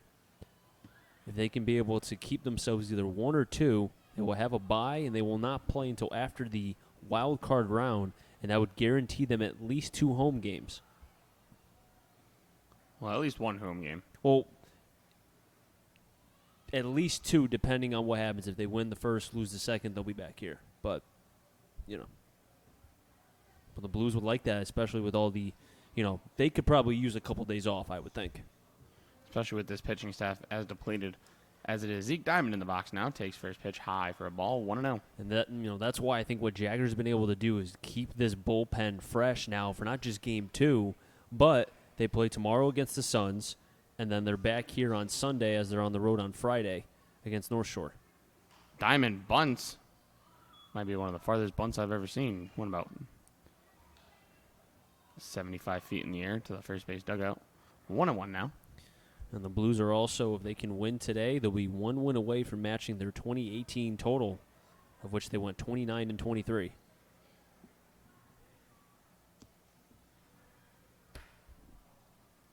Owens sets the 1-1 pitch. Flown into right. Rinaldi over towards the line, makes the play, spins, throws, hits the cut, and it goes wild as now Ronnie Palmer sending Reynolds, and he'll score. So it'll go down as an F9 on Diamond. Reynolds will go to third on the play, but then it will be an E9, allowing Reynolds to get home and scoring, and Buddy Dwayne up to second. And the sloppy play for the Bravehearts continues. They made errors in the first, the second, the fourth, and now here in the sixth. It's 8-4, and that's a big insurance run for the Blues, who will have, I would almost think, Duquette go back out for his seventh inning of work and complete, not just getting the victory for himself, but improving the Blues record. But he will have a tough part of the order for the Bravehearts. It'll be the top. Ricciardi, Thrasher, and Rinaldi, who'll have to earn it. I remember Danny Roth 0 for 2 with 2 Ks. He's also been hit by a pitch. First pitch. In for a called strike, 0-1. But Ross made a couple nice plays. You had the unassisted double play in the sixth. You had that play in the fourth that ended the fourth, where it popped out of his glove, regained composure, was able to barehand it, and got the out. So defensively, he's been doing a job.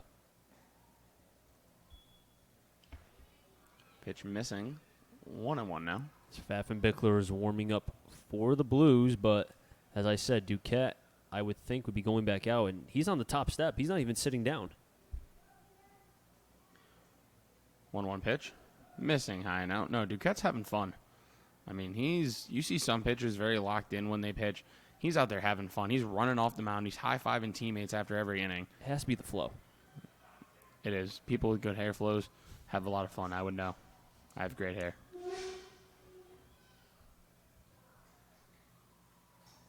The 2-1 pitch. Missing low and in. 3-1 now.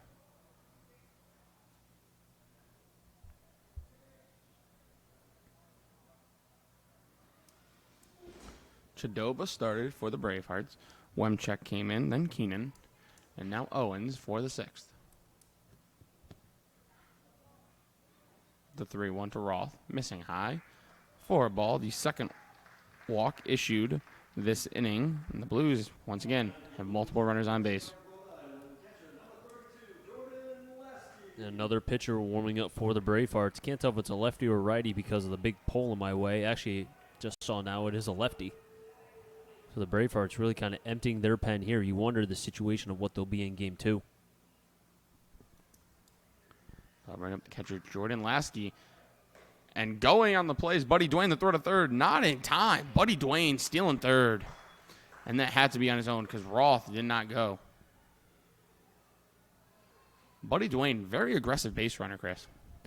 Looks to be a much different player than what we saw a couple of days ago, where we know in Game 1 of the doubleheader against Brockton, you know, not saying he wasn't trying, but there were times where maybe kind of didn't go full exert energy there. But this entire game, he's been making plays and looks to be a totally different player in this game.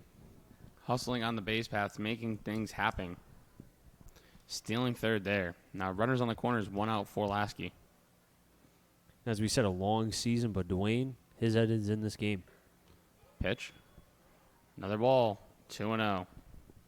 Owens with 2 walks and a hit by pitch. Does have 1 out, but because of the fly out to right, the errant throw from Rinaldi allowed the runner to score. That was Reynolds to make it 8-4.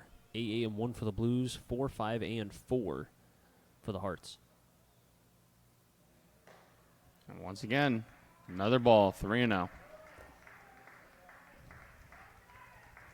Owens, 14 balls to just 6 strikes through 20 pitches. Only 5 walks for Bravehearts pitching coming into this inning. It was only 3, so Owens is 1 walk away from matching what 3 Bravehearts pitchers did. That pitch is in there for a strike. Through the entirety of the game before he came in.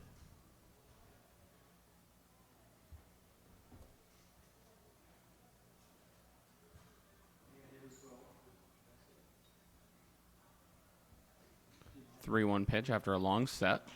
Swung on, fouled, run the count full, 3-2.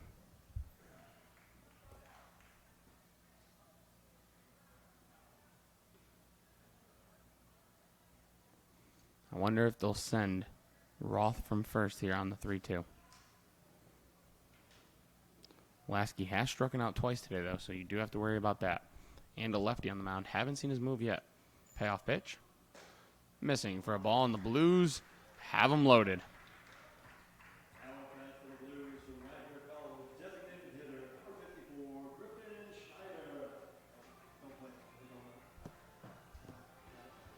As the signal has been made, the Bravehearts will make a change.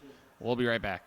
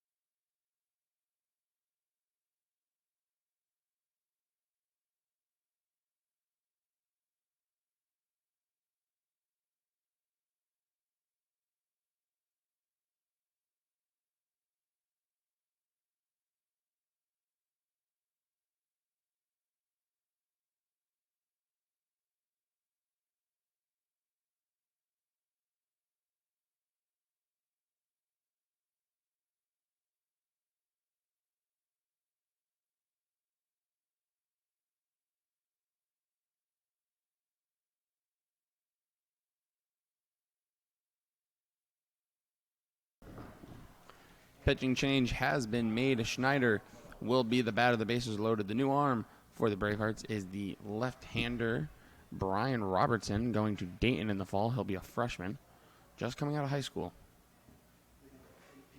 First pitch to Schneider, missing high for a ball. 1-0 on the year. 9 appearances now. 4.62 ERA, 11 and 2/3 innings, 10 Ks, 8 walks, 15 hits allowed. He last pitched July 26th against Nashua. 1-0 pitch, fouled off, 1-1.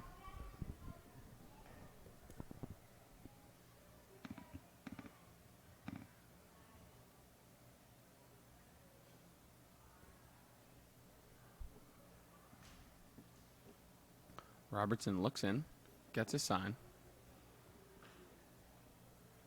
comes sets, deals the 1-1 pitch, misses inside to Schneider, 2-1 now. He's got to be careful. There's nowhere to put Griffin Schneider.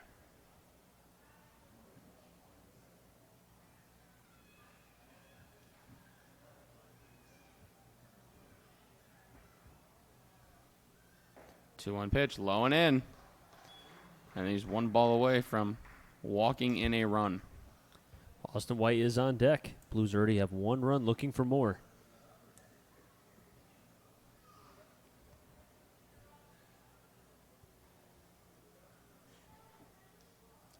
3-1 pitch. into left field. It hangs up long enough for Martin and makes the play, and no runner will be able to advance. A bullet right at the outfielder, Martin. Couldn't have hit it any harder, as White kind of gives him a laugh and says, tough luck there, buddy. I mean, Robertson was throwing basically a 3-1 cookie, and Schneider put as much oomph as he could on it, but right to Martin. As Yogi said, you got to hit them where they ain't. And for 8 of the hits, the Blues have been doing that, particularly one for the MVP. Potential MVP. We think he's the MVP. We would vote for him if we had a vote.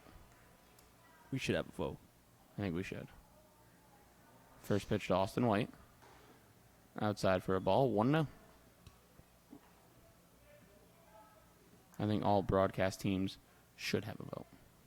I think in general, if we're just talking about voting, I think MLB should have broadcasters, because they see the game. They see it a lot. They should allow them to vote. 1-0 pitch, low and out, 2-0.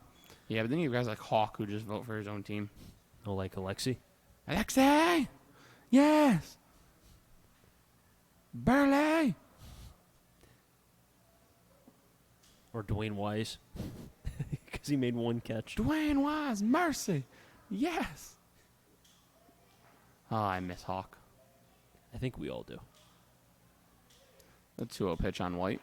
3-0 now is... This is the wrong guy to fall behind. Yeah, because he's not chasing a pitch, let me tell you. Like, watch. I can almost guarantee if this is a 3-0 fastball down the middle, he'll take it. Yeah, he's not swinging. No, definitely not. His bat probably won't even come off his shoulders. Watch, he'll swing at it right now. Yeah, he's going to make us look like idiots. 3-0 pitch. Taken outside for a ball, and Austin White, easiest kind of RBI, a bases-loaded walk. That walk will be charged to Owens. Or that run, I should say, rather. Pardon. So he'll be responsible for the runner on third and second still is Owens. Robertson, his responsibilities at first with White, as it's now a 9-4 game. And the Blues giving Jagger a little bit more insurance here as I see Reynolds and Dwayne going out. And could Dwayne finish this game? Or Reynolds. They've both pitched before. Christian Beal in the box now takes first pitch over the heart of the plate. First strike, 0-1. Reynolds, I mean, he's pitched well. We've seen him a couple times, and he's done a good job. What was it, 1 inning? He threw 4 pitches, and got 3 outs. I think you got to let Jagger start the 7th, though. Oh, I 100% agree with you. 0-1 to Beal. In there for a strike, 0-2. Beal doesn't like it. He dropped the ball. I don't know about that one. Umpire's not getting paid by the hour. I don't get paid at all, so I'm not really going to complain.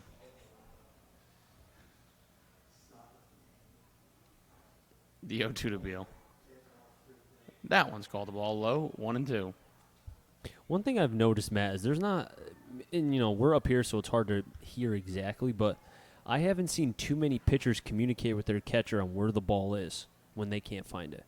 It's more so the infielders telling them. I don't know if that's being taught or maybe we're just not hearing it, but the pitcher's got to tell the catchers where the balls are. Have to.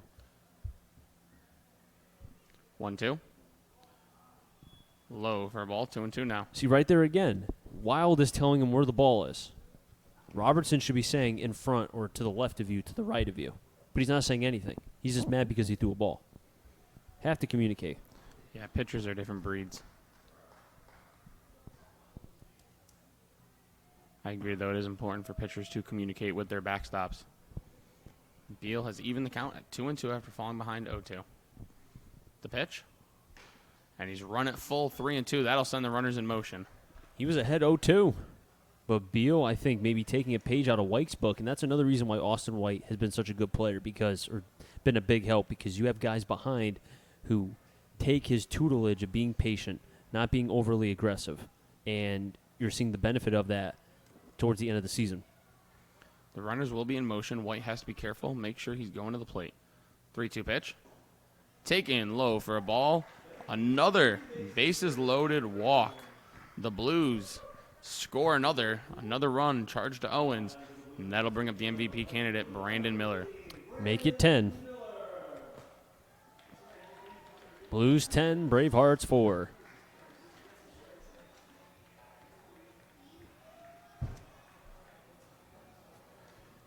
Matt Bullock, myself, Chris Saunders, Jack O'Donnell manning the controls, and Connor on the field camera as we bring you the Bristol Blues right here on the Bristol Blues YouTube channel. That was the first time you've said that, Chris. Normally you get that spiel in about 7 times a game. I know, but hey, it's been a very quick and exciting game between both these teams. Quick is an interesting word. Brandon Miller up the middle for a base hit. That may score too. One runner scores. Austin White rounding third. He will score. Brandon Miller, stay hot. Keep pushing for that MVP, kid. You earned it. Another 2 RBI knock for Miller. He's got 6 ribbies on the day. Brandon Miller, know thy name. You know what? He might have just earned himself a player of the day. Player of the night. I don't know if they do that for doubleheaders, but, 6 RBIs. Come on. And the Blues have batted around here in the 6th. And there goes our scorebook. Dylan Reynolds steps in, lefty on lefty. Takes it in. 4 ball, 1-0.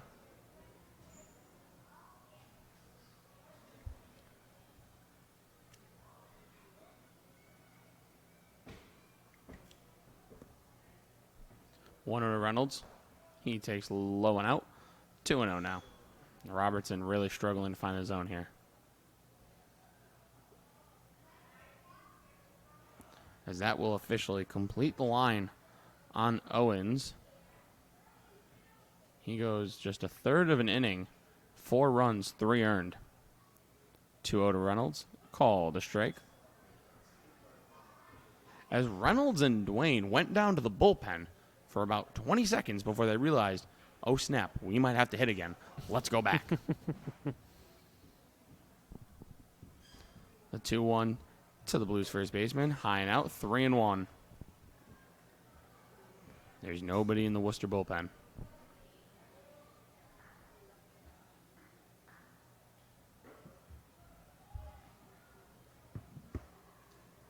Robertson sets and deals the 3-1 to Reynolds. Taken for a strike, 3-2, and once again, that'll put the runners in motion.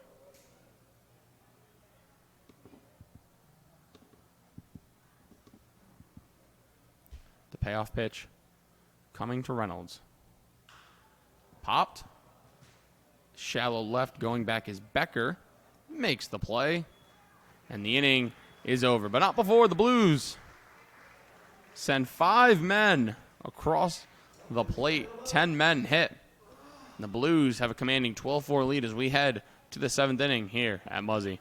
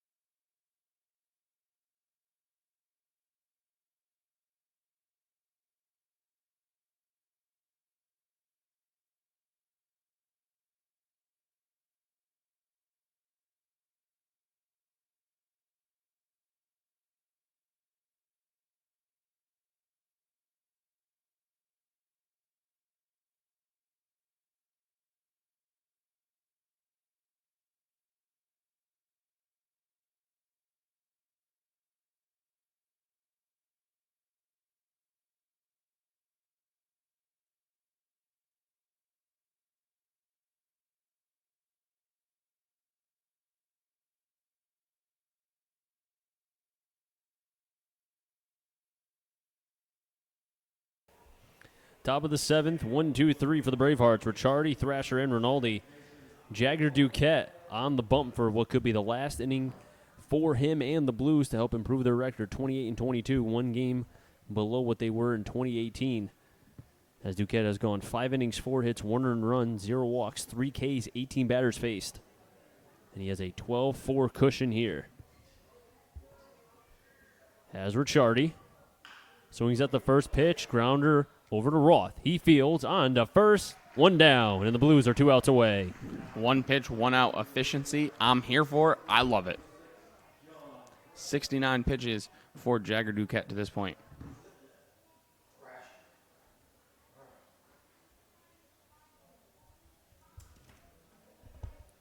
And John Thrasher hit a home run to left field in the 5th. Really, the only blemish on Jagger. First pitch over to Dwayne on the line. Cross the diamond. 2 down. 2 pitches, 2 outs. That is smooth. I'm telling you, Dwayne is a fine player there at third base. The bare hand plays, I feel like that comes more natural to him than the actual fluent plays itself. Rinaldi, potentially the last out for the Bravehearts. And Lasky, it looked like he just told Jagger, hey, there's 2 outs, let him hit it. First pitch. Over to Dwayne. This could do it. Across the diamond, and that'll do it. And what an outing by Jagger Duquette. Keep that baseball, young man. You got your first win as a Bristol Blue here in the FCBL. Final score, Blues win 12-4.